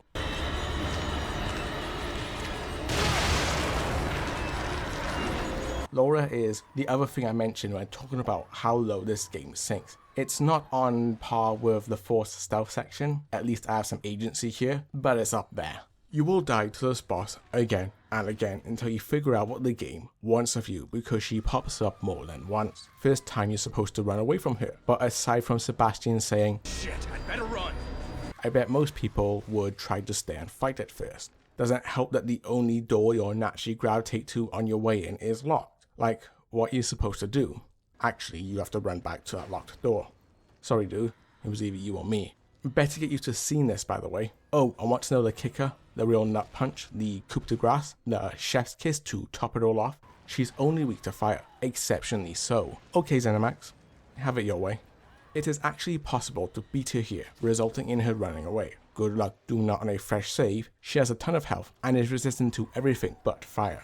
You know, I've never been through this part without having to clumsily run through it. Also, I should mention the standard harpoon bolts do fire damage when fully upgraded. But not only is that an extremely expensive final upgrade, I'm willing to bet most people did not do or know this first time through, and nobody would have that upgrade at this point on a fresh save. This is a New Game Plus privilege. Usually you'd have to run through this area with Laura in hot pursuit. It has items scattered about to tempt you, but don't do it. You don't have enough time. Just trial and error your way through as fast as possible. The timing is very strict. Laura is also one of only 2 reasons I suspect Sebastian has that weird free aim stance, as she teleports around if you aim at her normally, but won't if you just point and shoot at her. Oh, and the crossbow is the only weapon that cannot be fired this way. I need a paracetamol. Alright, okay, it's taking me a while. 18 pages in fact. 21 after serious rewrites. Wait, no, we're at 22 now. At least it's not 74. But I can finally say with confidence, this is where The Evil Within starts getting good. It's redemption arc, if you will. I know the "it gets better later on" excuse is a poor one, but this is the video I have chosen to tackle, so I'll just deal with it. Once you hit chapter 5, the game really starts coming into its own, and it starts strong. It's not a completely smooth ride, but for the next few hours there are far more ups than downs. Really, high ups in fact. Odd that it took until chapter 5 for the horror game set in a mental hospital to finally let you explore the mental hospital. And it's great, just look at how creepy this place is. Wouldn't be surprised if this backdrop was used in some misleading creepypasta YouTuber's thumbnail.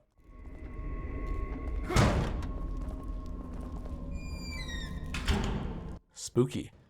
The horror part of the horror game is finally able to stretch its legs here, and it really gives that haunted house vibe. There's some great atmosphere, and it feels like something is sneaking up just outside and it's right behind you. Which isn't that far from the truth. The Evil Within introduces one of its coolest and most tragically underused enemies here. I mean, technically it first appeared here, but shut up. There's a bit of build up before a sting, and nothing. Footsteps in the water, things moving seemingly on their own. What's going on? The enemies in this level are invisible, and you need to pay close attention to shifting debris as well as their footfalls in the water for any sign of movement, in order to get an idea of where to aim and shoot. It's a real neat section, which is a shame because it's so short. This lets me address something I mentioned much earlier. The Evil Within has a commitment problem. It loves introducing new elements, environments, and enemies before dropping them almost as quickly as they show up. It does this so much that it's honestly really annoying and pace-breaking. Like, let me linger and explore these environments more. You think I'm going to get bored? I've not even had a chance to hang up my coat before being thrust to the next area that probably took some poor designer a depressingly long time to make, and they just whiz by. I understand wanting to move the player along from set piece to set piece and keep a brisk pace. Mind you, this isn't a short game, it's actually on the longer side, and I feel these places could have had plenty of time to breathe more if you cut out stupid shit like forced stealth sections and stupid running from unkillable enemy nonsense. You remember Resident Evil 4 and how it was split into 3 distinct locations with little areas within said locations? How you felt your journey from Nowheresville fighting off infected Spaniards to a castle, fighting off infected Spaniards, to a secret military island, fighting off infected Spaniards. Yeah, we do have variety here. By the time you're doing Matrix-style flips over lasers, those opening hours in London's outer boroughs feels weeks away. The Evil Within is almost nothing like that. Once you get to the end of an area that the devs feel that they're done with, it's on to the next, just being unceremoniously pulled to and fro like they're trying to keep the attention of some ADHD-riddled kid. I mean, given their depiction of Leslie, I'm not surprised. Contextually, it works. You're in someone's mind, and they can change things and move pieces around how they like. On a dime even. Doesn't change that as an experience, it's annoying because I'd love to have had just a little extra time in a lot of these places. Guess you could say asking for more is a sign of a good game, but you could say that about a high-class restaurant that gives you this and goes, "That'll be your college tuition, please." I'm not saying I want more. Well, okay, I guess I am. I'm saying there's not enough of what that is. The place is wide, but the pickings are meager. That goes for gameplay elements I like to introduce before just as quickly dropping. We already mentioned stealth, although that's still ever present, just never ever viable again. But these invisible guys here, what a cool concept. Use them a couple more times, guys, come on. And don't get me started on the mansion level, I think I might cry. Oh wow, I think I blacked out there for a second. I'm trying to be positive here. I mean, saying I want more of the good stuff isn't exactly a condemnation. For as short as this area is, it leaves a lasting impression, and really brought me back to when I first played this, thinking, this game is kind of lame, before being thrust into this section out of the blue, and the game deciding to finally show its hand. And then me being like, yeah, maybe you're onto something here, Evil Within. And then you see a vision of Ruvik, and are reminded, oh yeah, this loser's the main bad guy. Come to think of it, if it's in his mind, why doesn't he just kill you outright or make you just explode or something? I mean, he can do that. Like at one point he mentions how much of an annoyance you are and then taunts you and is like, I can do as I please. And then he goes away. For context, this is after you kill his sister. Again, sort of, it's complicated. The guy wants to fuck his sister. Right afterwards we get a puzzle room and my game doing this. Let's briefly mention the puzzles. They're rather straightforward, for the most part anyway. Nothing too out of the ordinary here. Pretty embarrassing that some mentally challenged millennial, me, can solve these mind benders seemingly put here by a so-called prodigy. Genius. I don't think there's any real standout. They boil down to either take this thing here or pattern recognition. There's a couple of neat puzzles in the match level that are really cool, and a few which make for a grisly visual where you have to pay attention to the recording being played as well as the instructions on screen, but that's as complex as it gets. There's one or two gotcha puzzles whose reception will depend entirely on your mood.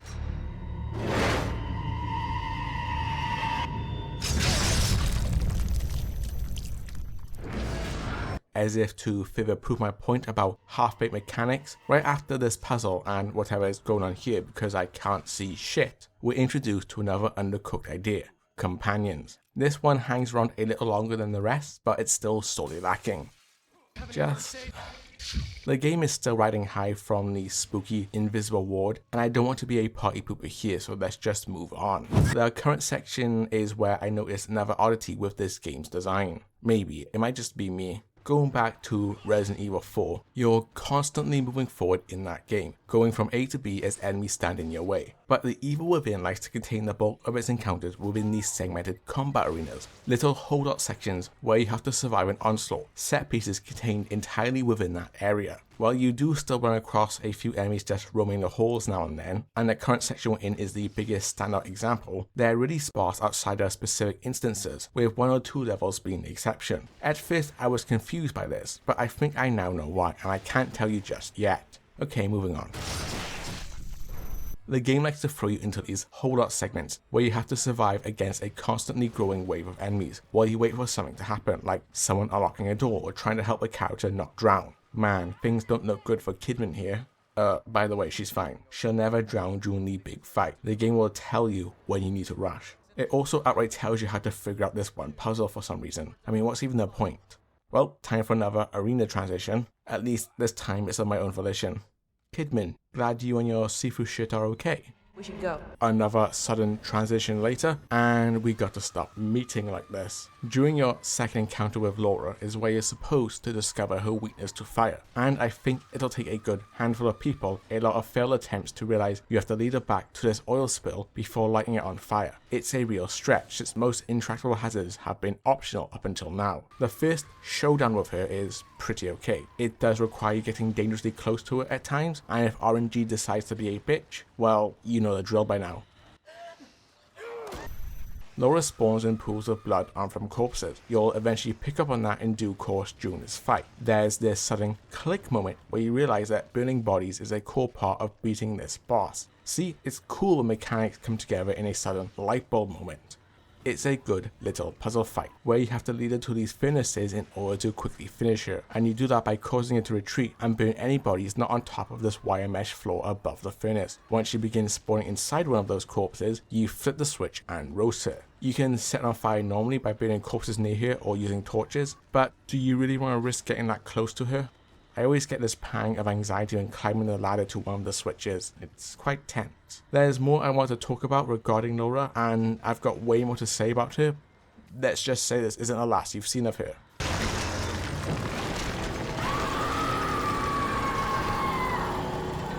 And suddenly we're on a prairie during a nice day, because the game thinks I get bored if we stayed in the hospital, despite being the main setting. You know, one of the main drawers. Spooky hospital. It's on the box. I kinda signed up for this being the game's main setting when I bought it. Smells like medicine. I'm going to have to leave you here, narratively anyway, and talk more generally now because I'm not going through this game sequence by sequence. But I will leave you with this segment here. Once you first arrive and are thoroughly disarmed by how not horror this all is, by the way, this is your last chance to pick up the crossbow, you better get to explore before being thrust into another, smaller combat type arena. And I'm sorry, but this little shitting hut here is too bloody small to have this kind of fight in, and you barely have enough time to even set up, if at all. Things can go to pot here really fast, as enemies can quickly swarm you, and they will. By this point is where you might discover there's no brief invulnerability after taking damage, so I hope you like getting double or even triple tap and watching your health slide down like your mum's panty. Cut it. The situation improves once you get downstairs and have more space, but things aren't ideal. It drags somewhat. Think the shack from Resident Evil 4, but more cramped and too long. And also once you die it's back to the start. You'll be here a while. I still struggle with it. Also, who's putting these elaborate bomb doors in random rickety shacks in the middle of nowhere? If you're wondering, they never turn up again, but at least it was foreshadowed in a previous level, I suppose. Do you think we can get past it? Stand back. Let me see if I can disarm it. So they just teach cops to disarm elaborate bomb doors these days, do they? Since the village all the way back near the start, there hasn't been a large, more open-ended area until we get to this gorge. Construction site? Whatever. You get the sniper rifle here. It's just sitting in this case, so be sure to pick it up. So what's your first thought now you're able to take stock and see a bunch of unaware enemies scattered throughout the area? Well, stealth of course, except no, it's a lie, you can't stealth through here. I've already been over this, but I'm bringing it up again. Even if you manage to get through the first few enemies who are placed in ways that will end up with you being spotted, once you reach the upper levels, the suspended shacks will start raining harpoons down upon you, instantly knowing where you are.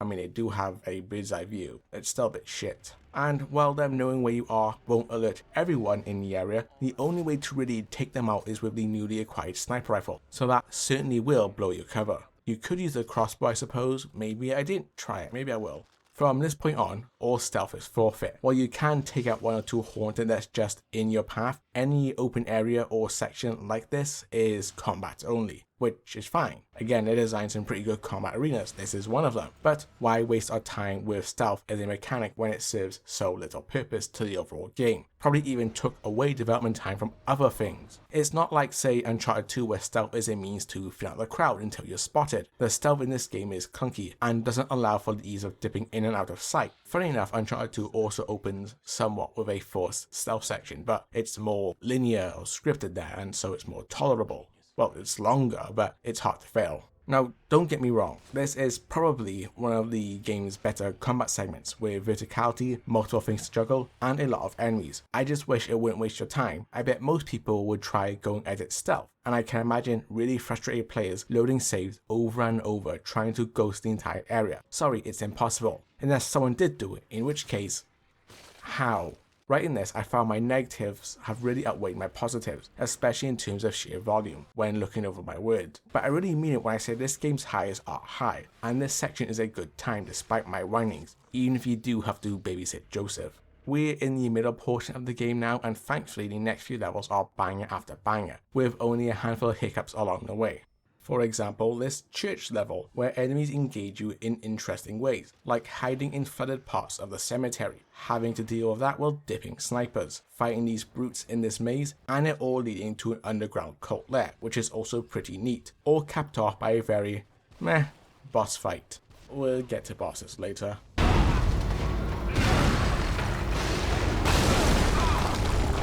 Then there's the catacombs, where we finally see some interlocking level design and puzzle elements with missable secrets, packed with a dangerous new type of enemy which can take you by surprise and cannot be stealth killed. Another nail in the coffin for stealth. An old cave system, which is probably the most traditional Resident Evil 4 the game ends up feeling in terms of pacing and combat encounters, although it's a bit short and it's where the plot starts, sadly, reminding you that it exists. Well, I didn't say it was perfect. The mansion, which feels obligatory for a Shinji Mikami game these days, what with it being a very, very pared down Spencer mansion, full of traps and puzzles, with the only downside being this Rubik ghost who will randomly spawn and one tap force push you if he catches you. Don't worry, he'll only spawn like 3 or 4 times, so just bait his spawns then explore at your own pace. It's what I do.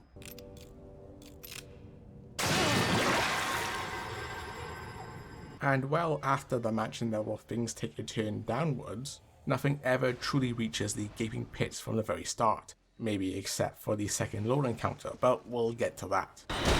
And finally, this Saw-like basement is also pretty good. The weakest of the bunch, it doesn't have to live in the shadow of the previous levels, because in between the mansion level and this is a truly awful section that sadly reminds you you are indeed still playing the evil within.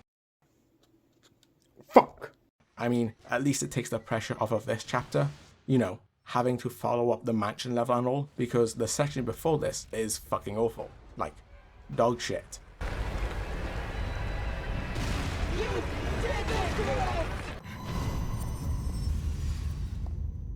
And sadly, that's where this train ends. I only briefly covered each of these levels because I'd really like for you to play and discover them for yourselves. The entire last quarter of this game is oddly dedicated to being trapped in that crumbling city from the start. It's an odd choice when you consider that Sebastian has spent more time literally everywhere else in this game aside from the fucking hospital itself. However, said city isn't actually that bad. I think it's pretty good. It does start to show where the game has been rushed, however. There are some truly awful parts. And what the hell is this thing, and how did I not see it once until now? It's huge, and now it's gone, I guess. We'll get back to him. A brief mention on the game's sound. It exists. I'm not an audio person, and I'm not super into that, so I'm not the best judge. The game has some pretty wet and meaty sound effects. I do appreciate them, especially after a headshot. The guns all sound great.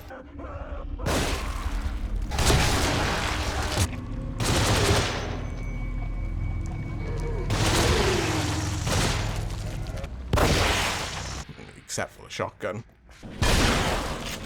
There's grinding metal and groaning and all that jazz. Not that you'll hear jazz, as those grinding metal noises is most of the soundtrack. You won't find any of this game's tracks on frequent playlists, that's for sure. It serves its function, but aside from Claire de Lune, which isn't even their song, I'm pretty sure it's royalty free, you've probably heard it on enough commercials to associate with some brand of cleaning material or sofa or whatever. Nothing stands out, lots of ambient sounds. Most enemies also have their own unique noises and sound cues. That's all I care to say about the sound. Since I brought up enemies, it's worth pointing out just how many variations there are of the basic foe you'll be encountering for 90% of this game. They're called the Haunted, and they're just so many different models and types. It's really quite impressive. Granted, many look like Ken dolls with their plastic looking hair. It's a cross-gen title, growing pains, okay? What you gonna do? They can behave in multiple different ways. Some will act like mindless zombies or like the villagers from Resident Evil 4, while others can wield weapons, use guns, and operate heavy machinery. Some wear masks to catch the odd bullet, even going far as wearing completely bulletproof masks and vests, and are dressed in tactical SWAT gear from head to toe. There's also fat types for those with horrible self-control to identify with. It's very progressive.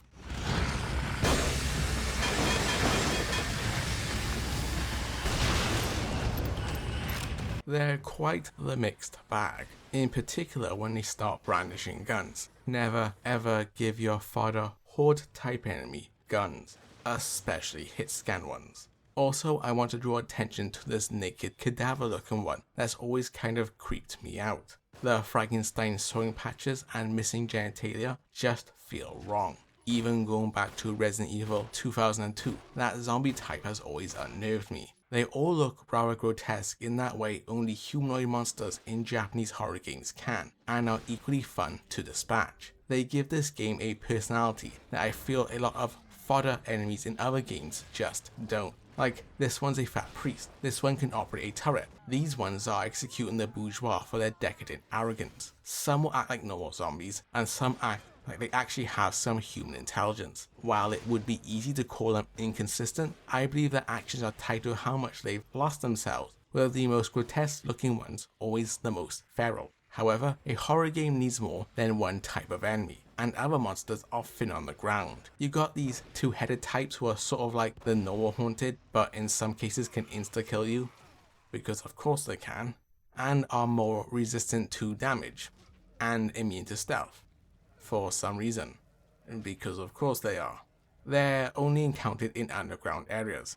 And aside from that, most others are relegated to gimmick or mini-boss status, like these two giant special needs twins, who only pop up in the church level, aren't that hard, and are never seen again. For gimmick enemies, you get these swimming monsters who can't be killed and need to be distracted with corpses in order to avoid. It's tense because of how powerless you feel while in the water. Sometimes though, their bodies needed to distract them won't spawn even after a checkpoint restart and require a chapter restart instead. It's a bit annoying.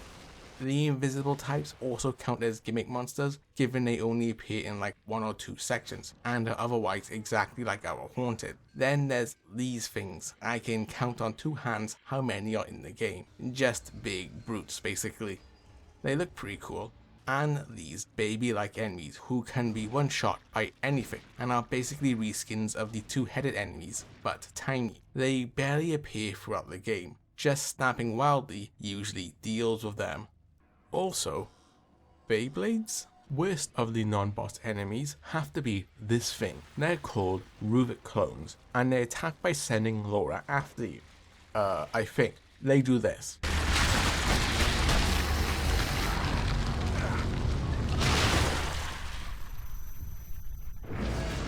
They're not encountered in the story until after you kill Laura, but it is like a lesser clone of Ruvik, so maybe it's also like a lesser clone of Laura too. Even the clones can one-hit you. Typical. Honestly, this enemy is weird. Its presence demands attention, and they're never really dispersed amongst the horde during a fight. They're always front and center, and can be taken out before a fight even starts. They're just as weak to fire as every other enemy in the game, and can be one-tapped by a bolt sniper magnum shot to the head. Really an odd enemy type. They're also immune to stealth, but only on hard mode, because of course they are. Some kind of fake. And aside from the bosses, that's about it. I'd say it's quite a pitiful roster, but I think the variety of the Haunted does a lot to mitigate that in all honesty. They're certainly surprising you your first time through, that's for sure. As for the Evil Within's bosses, they range from meh to okay. Design wise, most of them look great. Even so, looks don't count for shit, no matter how much someone who claims they loved Last of Us Part 2 would have you think. We already mentioned Laura, so she can take a back seat for a bit. We will loop back to her however. Oh, we will. If you want to class the first Chainsaw Brute and the 2 twins as a boss, I guess you could. Still, they're not all that special. I mean, the twins are, but you know. You fight the chainsaw guy a couple more times throughout the game anyway. The first legit boss fight is your second encounter with Laura, followed by this dog thing. I don't understand this boss at all. It feels like content was cut somewhere, and its implementation is really quite weird. Heck, you can basically skip this fight if you want. After first discovering it under the cemetery, it quickly breaks out of its cage. Not long after leaving the room you found it in, you are then confronted by it in this courtyard, and it is surprisingly easy to put down. Then, and I kid you not, the game pulls a "I dropped my glasses" on you, and you have to go back there to retrieve Joseph's specs. Fuck.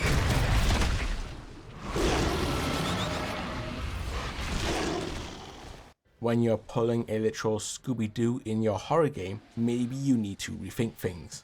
And guess what? The boss wasn't actually dead. Big surprise. One quick aside here. Just look at this transition.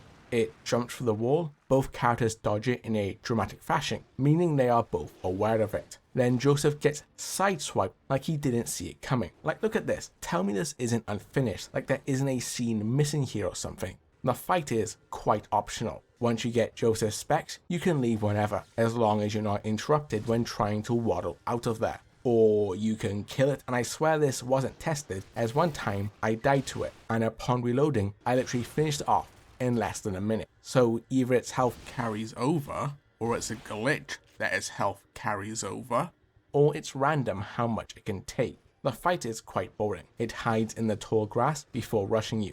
That's it. Shoot it to knock it down, then unload into it once it's on the floor. Also, they hid bear traps you couldn't possibly see in the tall grass. It's horseshit. Bad dog. After that, we have Pyramid Head at home. Conceptually, he's cool, and story-wise, I'm sure it has something to do with how secretive Ruvik is or whatever. The fight is sort of just okay. You encounter him in one of the better levels in the game, and he's constantly trying to trap you in rooms full of nasty surprises. Unlike the dog, which shows up in one room and is on you the next, this boss is foreshadowed quite nicely throughout the game, especially in the level it's present in itself. He was featured quite heavily in the marketing material. The gimmick is, it doesn't stay dead. Once it dies, another takes its place, which is why its boss arena is full of these empty safes. He's called the Keeper, by the way, but like, everyone probably calls him Safehead, let's be honest. His health pool is quite low, so putting him down for a few seconds of breathing space is fairly easy. Even when all the safes in the area have vanished, he still spawns after death. Not really a criticism, just an observation. You don't so much fight him as run away while the area fills with poison gas. The goal is to try and shut off all 3 valves before you run out of air. Once you shut off 2 of the valves, he destroys the final one. However, anyone who was paying attention would have seen there's a spare valve on this table en route to the first. The problem is, it's really quite easy, as long as you figured out that a fully charged bolt will stagger him and 2 will kill that current version, except for when he decides to hyper armor through it, I guess. He also throws out traps to catch you. His traps can be disarmed for scrap, but it takes too long and isn't worth it most of the time. This boss needs more meat on its bones, in all honesty. It's fine enough, it's just You encounter him a few more times throughout the game, and instead of building on the first encounter, these fights are a regression in complexity, like in this hotel, where you can actually avoid him at first if you don't want to end up wasting time and ammo. However, you'll eventually have to fight him while waiting for a dumbwaiter. That's all the context you're getting, by the way. And lastly is right before the final section, with 2 beefier keepers who have more health than the previous iterations. The area is segmented and you can pull a lever to separate them if you only want to deal with one. But like, they're both so easy it's not worth it. Just stun lock them in this corridor. Like I said, the crossbow clutches. I briefly mentioned this spider thing. It was basically a footnote. It's probably my best example of cut content. Actually, it isn't, it really isn't. Like, why make this and only have it for an on-rails section? Look at how big this thing is, and at no point do you run into it during your excursion through the city. I know it'd be a shame to waste this cool model, but like, as it is, it's a bit of a waste regardless. There's not much to really talk about here. He chases you, spawns some worm things, you shoot at them, they drop items, you dodge his legs, he disappears for a short section where you hold off normal enemies for some reason, he then reappears, repeat the first encounter, then dies. That's it. You probably don't even need to actually shoot at it. I haven't tested that actually. Nice work, Detective. He's somehow not even the most baffling boss inclusion. It's whatever this is. I have a feeling this boss was made extremely early on in development, and I have proof. When he picks you up in this QTE here, the gun Sebastian has magically turns from a revolver into a more standard self-loading pistol, like a 1911 by the looks of it. So unless he was just hiding that gun in his socks for an emergency or something, this part was likely made before they decided on making most of the guns World War I era themed. I don't know, I'm speculating here, it's pure speculation. Might have been great if you pulled out your surprise gun during these sections, huh?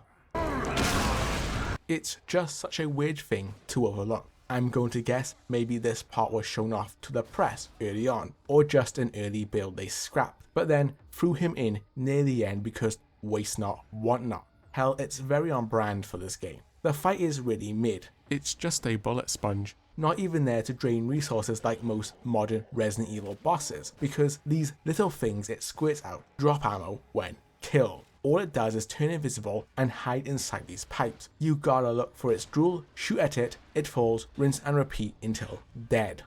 That's it. That's what you do.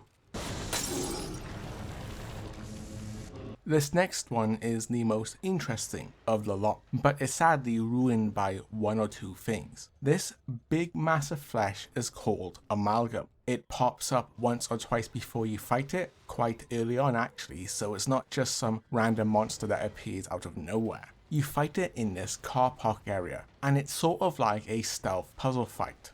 Kind of. I mean, you can fight it like that if you want.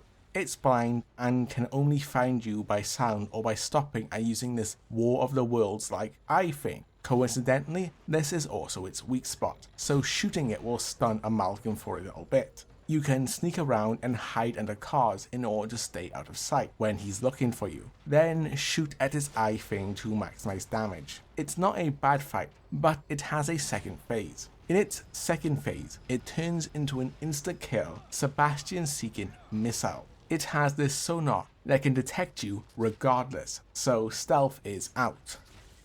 Because, of course it is. And if it catches you, you're dead. Not Laura catching you with her arm dead, that can be avoided if you're lucky. Once you're within its hitbox, you are dead. Literally, it's it's just like a command grab almost. It's extremely cheap. It's like they had a decent if somewhat easy first phase and thought to themselves, to make it harder, they should turn it into a kill box. It also suffers from the same problem that Dog did, as in its health is inconsistent. Sometimes it can tank hits like a champ, and others you can kill it so fast it doesn't even get to its second phase. I have no idea who tested these fights. A little side note. There are these two rooms in the car park you can dip into for some breathing space, and they're full of supplies. Eventually the boss will pull you out and you'll take the lowest amount of damage I think I've ever seen for someone who just had their spine shattered.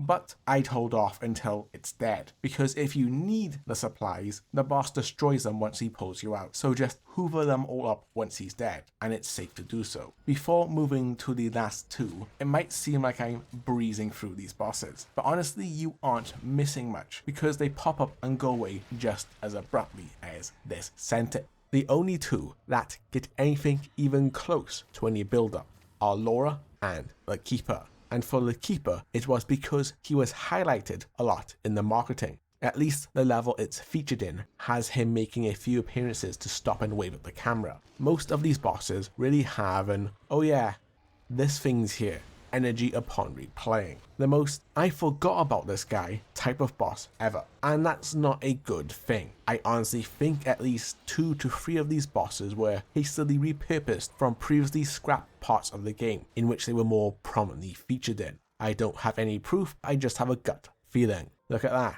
a YouTuber making a really substantial out there claim. Stop the presses. Lastly, before you get to the actual last boss anyway, we have Laura. Round 2 baby, let's go.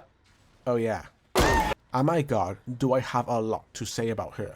The second big fight with Laura is infamous with players who've made it this far into the game, and I would bet you at least 7 real world pounds the reason many people quit. In fact, looking at achievement stats at the time, more people have beaten the game and fully upgraded Sebastian than have killed her. This is because killing her is both optional and very, very hard. Once you've gotten to this point, I honestly wouldn't blame you for giving up. It feels broken at times. Like before, she's weak to fire. And assuming you didn't have the superhuman foresight to upgrade your normal bolts to deal fire damage and or weren't lucky enough to get an early copy in order to get a code to use the fire bolts, you're going to be seeing the palm of her hand quite a lot this first go around, and every other go around, let's be fair. Yeah, it's like growing up. After a short chase sequence with a few tense close calls, I mean a few dead calls. Cut it. You'll find yourself in this small room, a room which you'll be getting very, very acquainted with. You're supposed to hit her with every single fire trap available to you, and even then I don't think that's enough to actually kill her. This means every valve you shoot needs to land. Every body you burn needs to catch, and keep in mind, these are really risky. Every big fire tunnel you open needs to hit her, and every jet of fire has to bathe her. I've never successfully hit her with all the fire traps, ever, so I can't tell you if it's enough to kill her. But if you hit her with at least 80% of them, the next best thing is to just run around her and free aim shoot her down. Don't aim, that'll make it teleport and grab you, just free aim. Pro tip, shock bolts are a godsend here. They're cheap, hold her in place, and can even increase her time exposed to the fire if used right. I don't know if that does more damage, but can't hurt. Eventually, she'll go down. But my god, this section blows. It's so shit that once you activate all the traps, if she's still alive, you can just leave. It's like they're aware of how bad it is. But doing so makes it impossible to collect all the keys. You know, for the safes, to get an achievement, if you care about that. As trying to exit while she's still alive triggers a cutscene in which Sebastian runs for the elevator, while if you kill her, it doesn't trigger and you can just find some goodies on the side. Or you can kill her, then the game glitches out and forces you to have to fight her all over again. Which I then did first try. I have the receipts. And that's all the bosses barring the last one, whom I'm saving for later. The ending section of The Evil Within feels rushed, is immensely bizarre, and gives a glimpse of how fun and visceral the combat system both is and could have been. By the time things start looking like a Tool album cover, all bets are off, and the game gives you a handful of final exams before granting access to the final boss. Gauntlets, if you will. The first is this onslaught of enemies in what's the most open and frantic gunfight in the game. There have been quite a few instances where the game locks you in a large area with enemies and asks you to try and survive. And if you haven't abandoned the notion it's not meant to be played like Resident Evil 4 by now, how did you get this far? I mean, I did it my first time through and I was miserable, so yeah.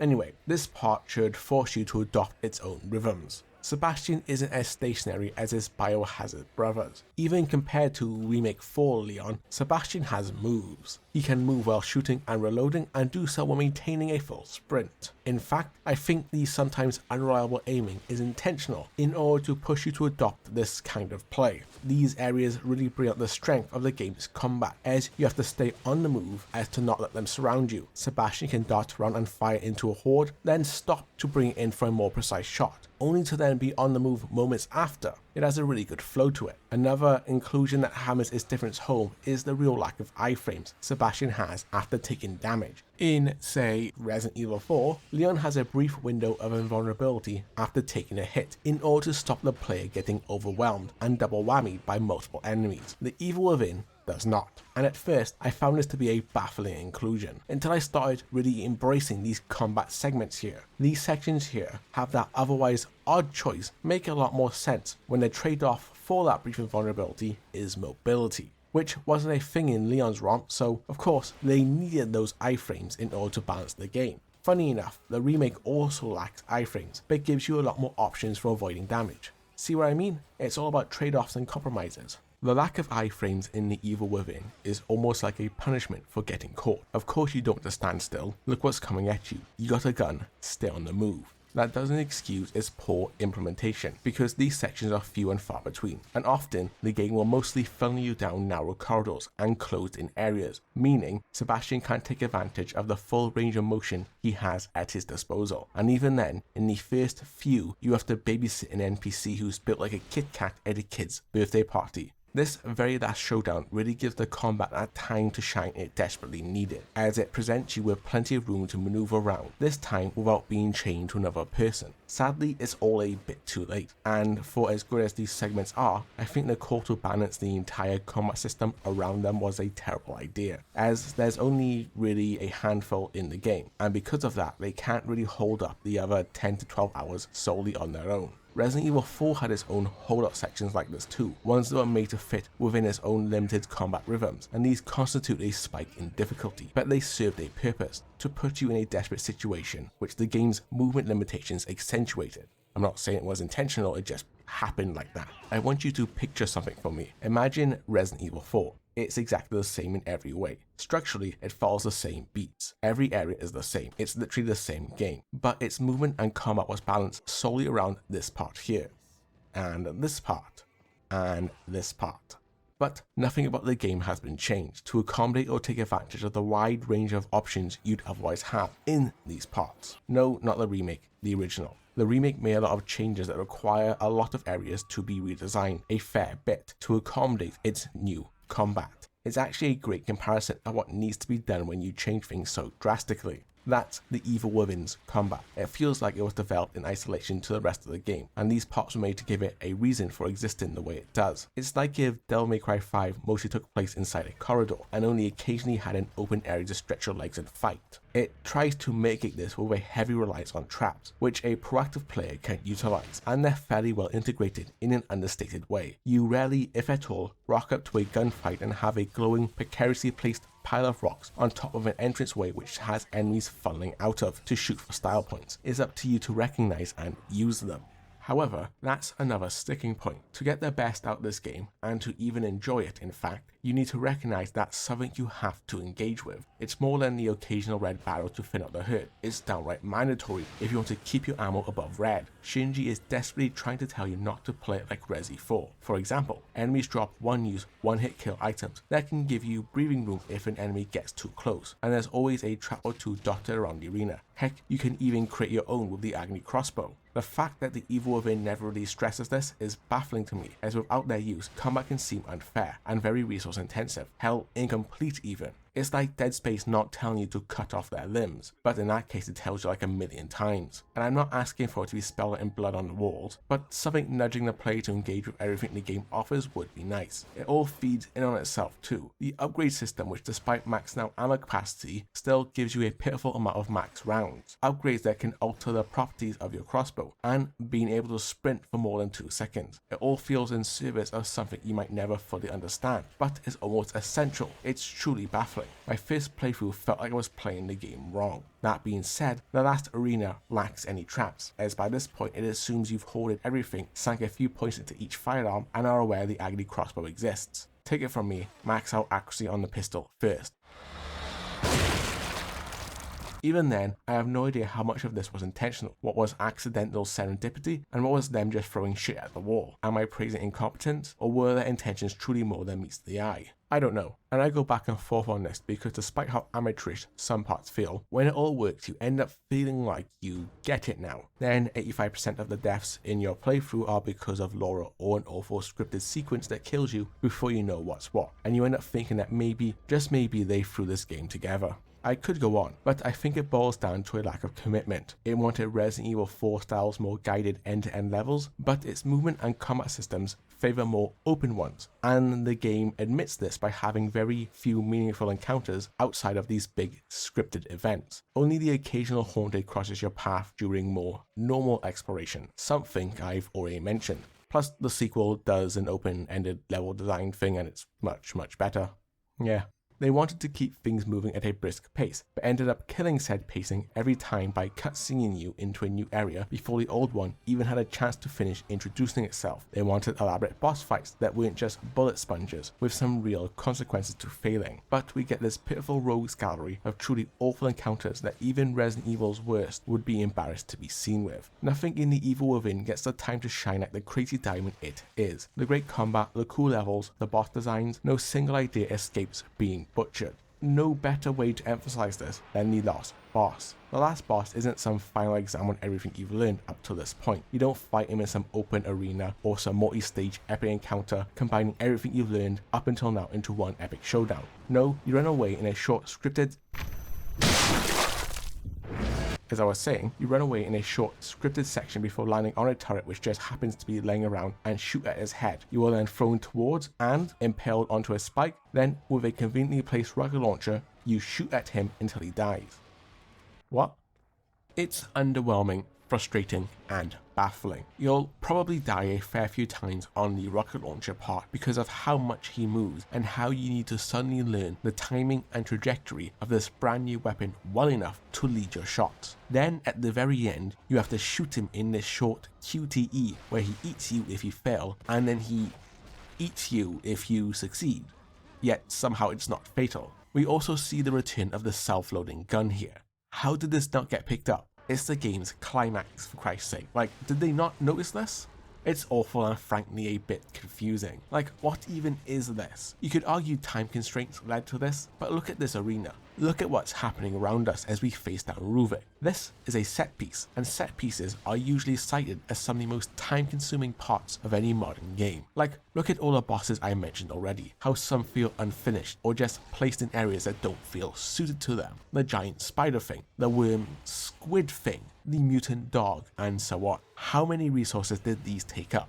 Too much, I say, as they're barely a footnote. The bosses of this game, I feel, are emblematic of how much time had been wasted on things that maybe should have been scrapped or reworked entirely. Less set pieces, less throwing the player around, less awful stealth sections, less breaking up the gameplay overall, please.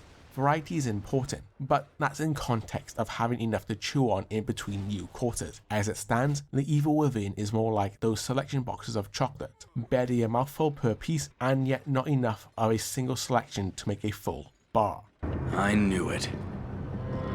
Some sequences could have used a trip to the chopping block in order to extend others. The stealth section at the start that led to the entire set piece with the ambulance, then a slow introduction to everything before the village, arguably one of the worst parts of the game. How long do you think that took to make? Yeah, it's like 6 times longer than the fantastic wards part with the invisible enemies. You see my issues? It's like a roller coaster with short but fun drops. Yet every climb it gets stuck, and you need to wait for maintenance workers to come out and fix the damned thing. And the maintenance crew are loudly talking about how they're going to fuck your sister or something.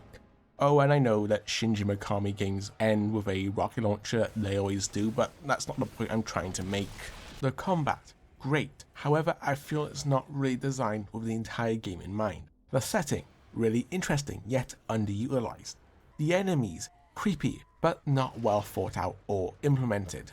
Too many instant kill enemies for my liking. Encounter design, not made with the game's strengths in mind. Most of the time anyway. Whenever I feel they phoned it in, there are these flashes of sheer brilliance that show through and remind me that this wasn't some director-for-hire gig. Fantastic ideas like the keys you can collect that give tangible rewards, like letting you unlock safes in the safe room.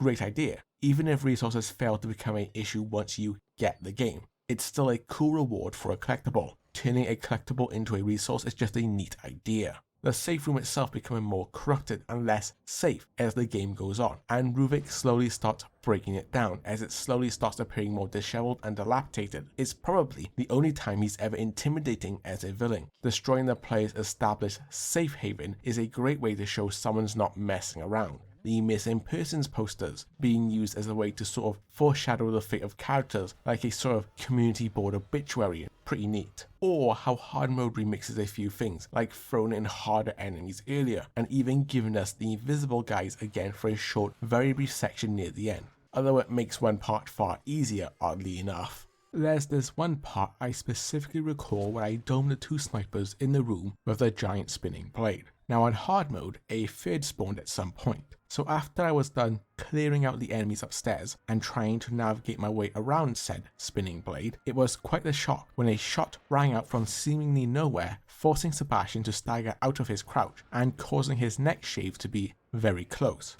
I was honestly impressed with how they used my familiarity with encounters to catch me out, as I knew there were 2 snipers there. It's something I remembered from before. I didn't even consider a third would pop up on a harder difficulty. I don't know if the timing of him spawning once I was back in the path of the blade was just a happy coincidence, or his spawn was just delayed, but the way this one happened to line up really caught me off guard. The game really earned that one. The entire middle section too, that part of the game is just so good. There's so much this game does right. Then it does shit like introduce a building full of flammable gas and highly dangerous enemies you can't shoot, otherwise you all explode. It even punishes you for upgrading your bolts, one of the only forms of non-flammable defense you have, as even the naked flame that appears from readying the weapon will cause you to explode. It's a nice attention to detail at least. You can, however, finish it in like 2 minutes and run past everything. Why? On hard mode, it's somehow easier. I've already mentioned the forced stealth sections and insta-kill enemies, but I'll mention them again. They fucking suck. If you don't know what you're doing, this game revels in killing you. Traps and instant kill death pits are everywhere, and this game wants you to move quickly sometimes. It's pure trial and error at points. There's this one part at the end of the match level where this bloody silhouette appears, both figuratively and literally. and tries to end your investigation early. I'm going to bet most people try to fight it at first and find out how deadly it can be from just contact damage. So your next instinct wouldn't be run towards it, then pivot right down this outer sight corridor. Oh, and it chases you while you're being constantly locked in these cages. And traps are everywhere, including proximity bombs. And unless you know exactly what to do, you will most likely die a few times. Why does Ruvik randomly appear and try to one-shot you, but other times he just throws you around? Just end it here, dude. Hell, why have Ruvik randomly spawn in and kill you in the mansion section anyway? What does it add? You just play keep away until he's gone. Hiding doesn't work, he instantly knows where you are. If your RNG is bad and he spawns in during a fight or when you're listening to some exposition or an audio log, then guess you get to eat shit. Says which regions to focus on. Fear, hope, consent, trust. Why is Laura still around after you killed her? Why is this room like this? Why am I on a turret now? Who the fuck thought that giving the photo-haunted hit scan guns was a good idea? Oh look, a body didn't spawn to distract this water monster, so I guess I just die. Why is the very last piece of combat with a normal haunted like 4 guys throwing dynamite at you from behind cover? This is right after that final gauntlet. What a way to top it off, huh? Why did they think Leslie was a good idea? Like seriously, who wrote him? Why the entire last boss? Like, am I crazy here? How can this game be both amazing and absolutely horrendous at the same time? I feel overambition and refusal to drop things that led nowhere took up so much time they had to throw it all in a mad dash to finish it. Trying to be everything from Resident Evil to Silent Hill all at once was what led to this game ending up so fractured. Maybe I'm purely speculating. I actually went into it way more, but then... yeah. As the sequel shows, once they decided to stick to just a handful of concepts, they hit that landing perfectly. Sadly, for this first outing, they fumbled the bag so hard that the mild reception they first got, while selling well, because there wasn't much on the market then, followed onto its sequel, which bombed hard.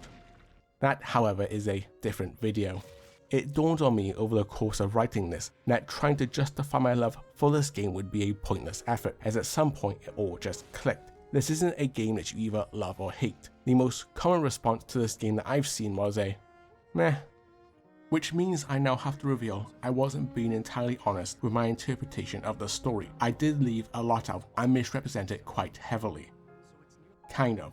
This was more of a recounting of my first experience with the plot when I played it all the way back on the PS4 near its launch. So I chose to represent it like that, because I feel showing the way I engage with a game story is entirely dependent on how it grabs me, and this one didn't. It failed so miserably in fact that when I did come to understand it, I stopped caring long ago. There is way more to the plot than I let on, and it's not as straightforward as I described. However, it's still completely amateurish with conspiracies, shady corporate entities, and interpersonal drama, all told in an almost incomprehensible manner which I felt wasn't worth the time to properly recount it. It's not bad in a fun way, it's bad in a shit way that actively gets in the way of the rest of the game. You might think it's just me being lazy, and you might be right. I see it as saving everyone like 15 minutes of their lives. Plus, I want to see if anyone will get this far or call me out in the comments. I know there's more to it, I know what happens, I just don't care. And honestly, neither should you. Naturally, during my playthroughs, I took notes on many aspects of this game, ready to criticize, yet a lot of the points I jotted down as negatives ended up making sense to me as I tried to understand the reasoning behind them. It just suddenly hit me, like understanding a more adult joke in a kid's cartoon. Stuff like the low ammo capacity, which encourages the use of the crossbow and finding other means to dispatch enemies. The lack of iframes, which incentivize staying on the move. I'd even go as far as to suggest that the bad aiming might be a way to communicate that it doesn't want you staying stationary like a turret. Or I'm reaching. Yet, its own level and encounter design grinds against those to the point I'm constantly asking myself how much is deliberate and how much was just serendipity. It might sound like I'm making excuses for the game, and honestly I'm not sure if I am or not. It reminded me that sometimes you can just like a game others don't. When Arkham City came out and that was getting tense across the board, I got it and bounced off of it. Quite hard actually. It seriously made me wonder if there was something wrong with me when everyone else who mentioned it couldn't say a bad thing about it. I replayed it a few years ago, along with the entire Arkham collection. Well, more 2 years now actually. And I loved it. It just goes to show how tastes change over time, and how I bounced off of this game originally. As I played more of The Evil Within, however, I ended up loving it as I started to understand its quirks more. There are games that get written off that turn out to be bangers down the line because they didn't play to the tune of what was popular at the time. Look at Warhammer 40k Space Marines just being written off as another Gears of War wannabe by morons at the time. I think now, more than ever, we have the capacity to rediscover older games that never got the time in the sun, especially as a huge portion of gamers am I right? Feel that modern gaming has failed to really draw them in. Maybe try picking up an older game that you passed on or originally wrote off. You never know, you might discover a new personal favourite. We're so concerned with popular opinion and review scores that we could turn against something that might be right up our own alley because we didn't want to go against the flow or be singled out. Except Forspoken. That game deserves its reputation. It sucks. $100 million? How do you spend that much on shit? Pure hubris, I tell you.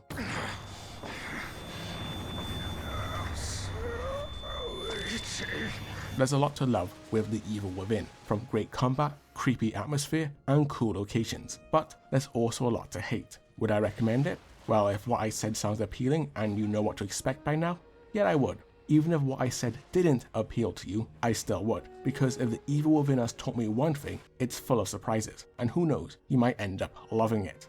And even if you don't, its sequel is so much better, it's not even in the same galaxy. There's so much more to say, but I think you get the point. I'm not finished with this game, not by a long shot. Until then, I'll have to make do with what I've been able to convey here. I think the miracle of The Evil Within is it breaks so many fundamental rules of what I consider makes a good game, and yet I still love it.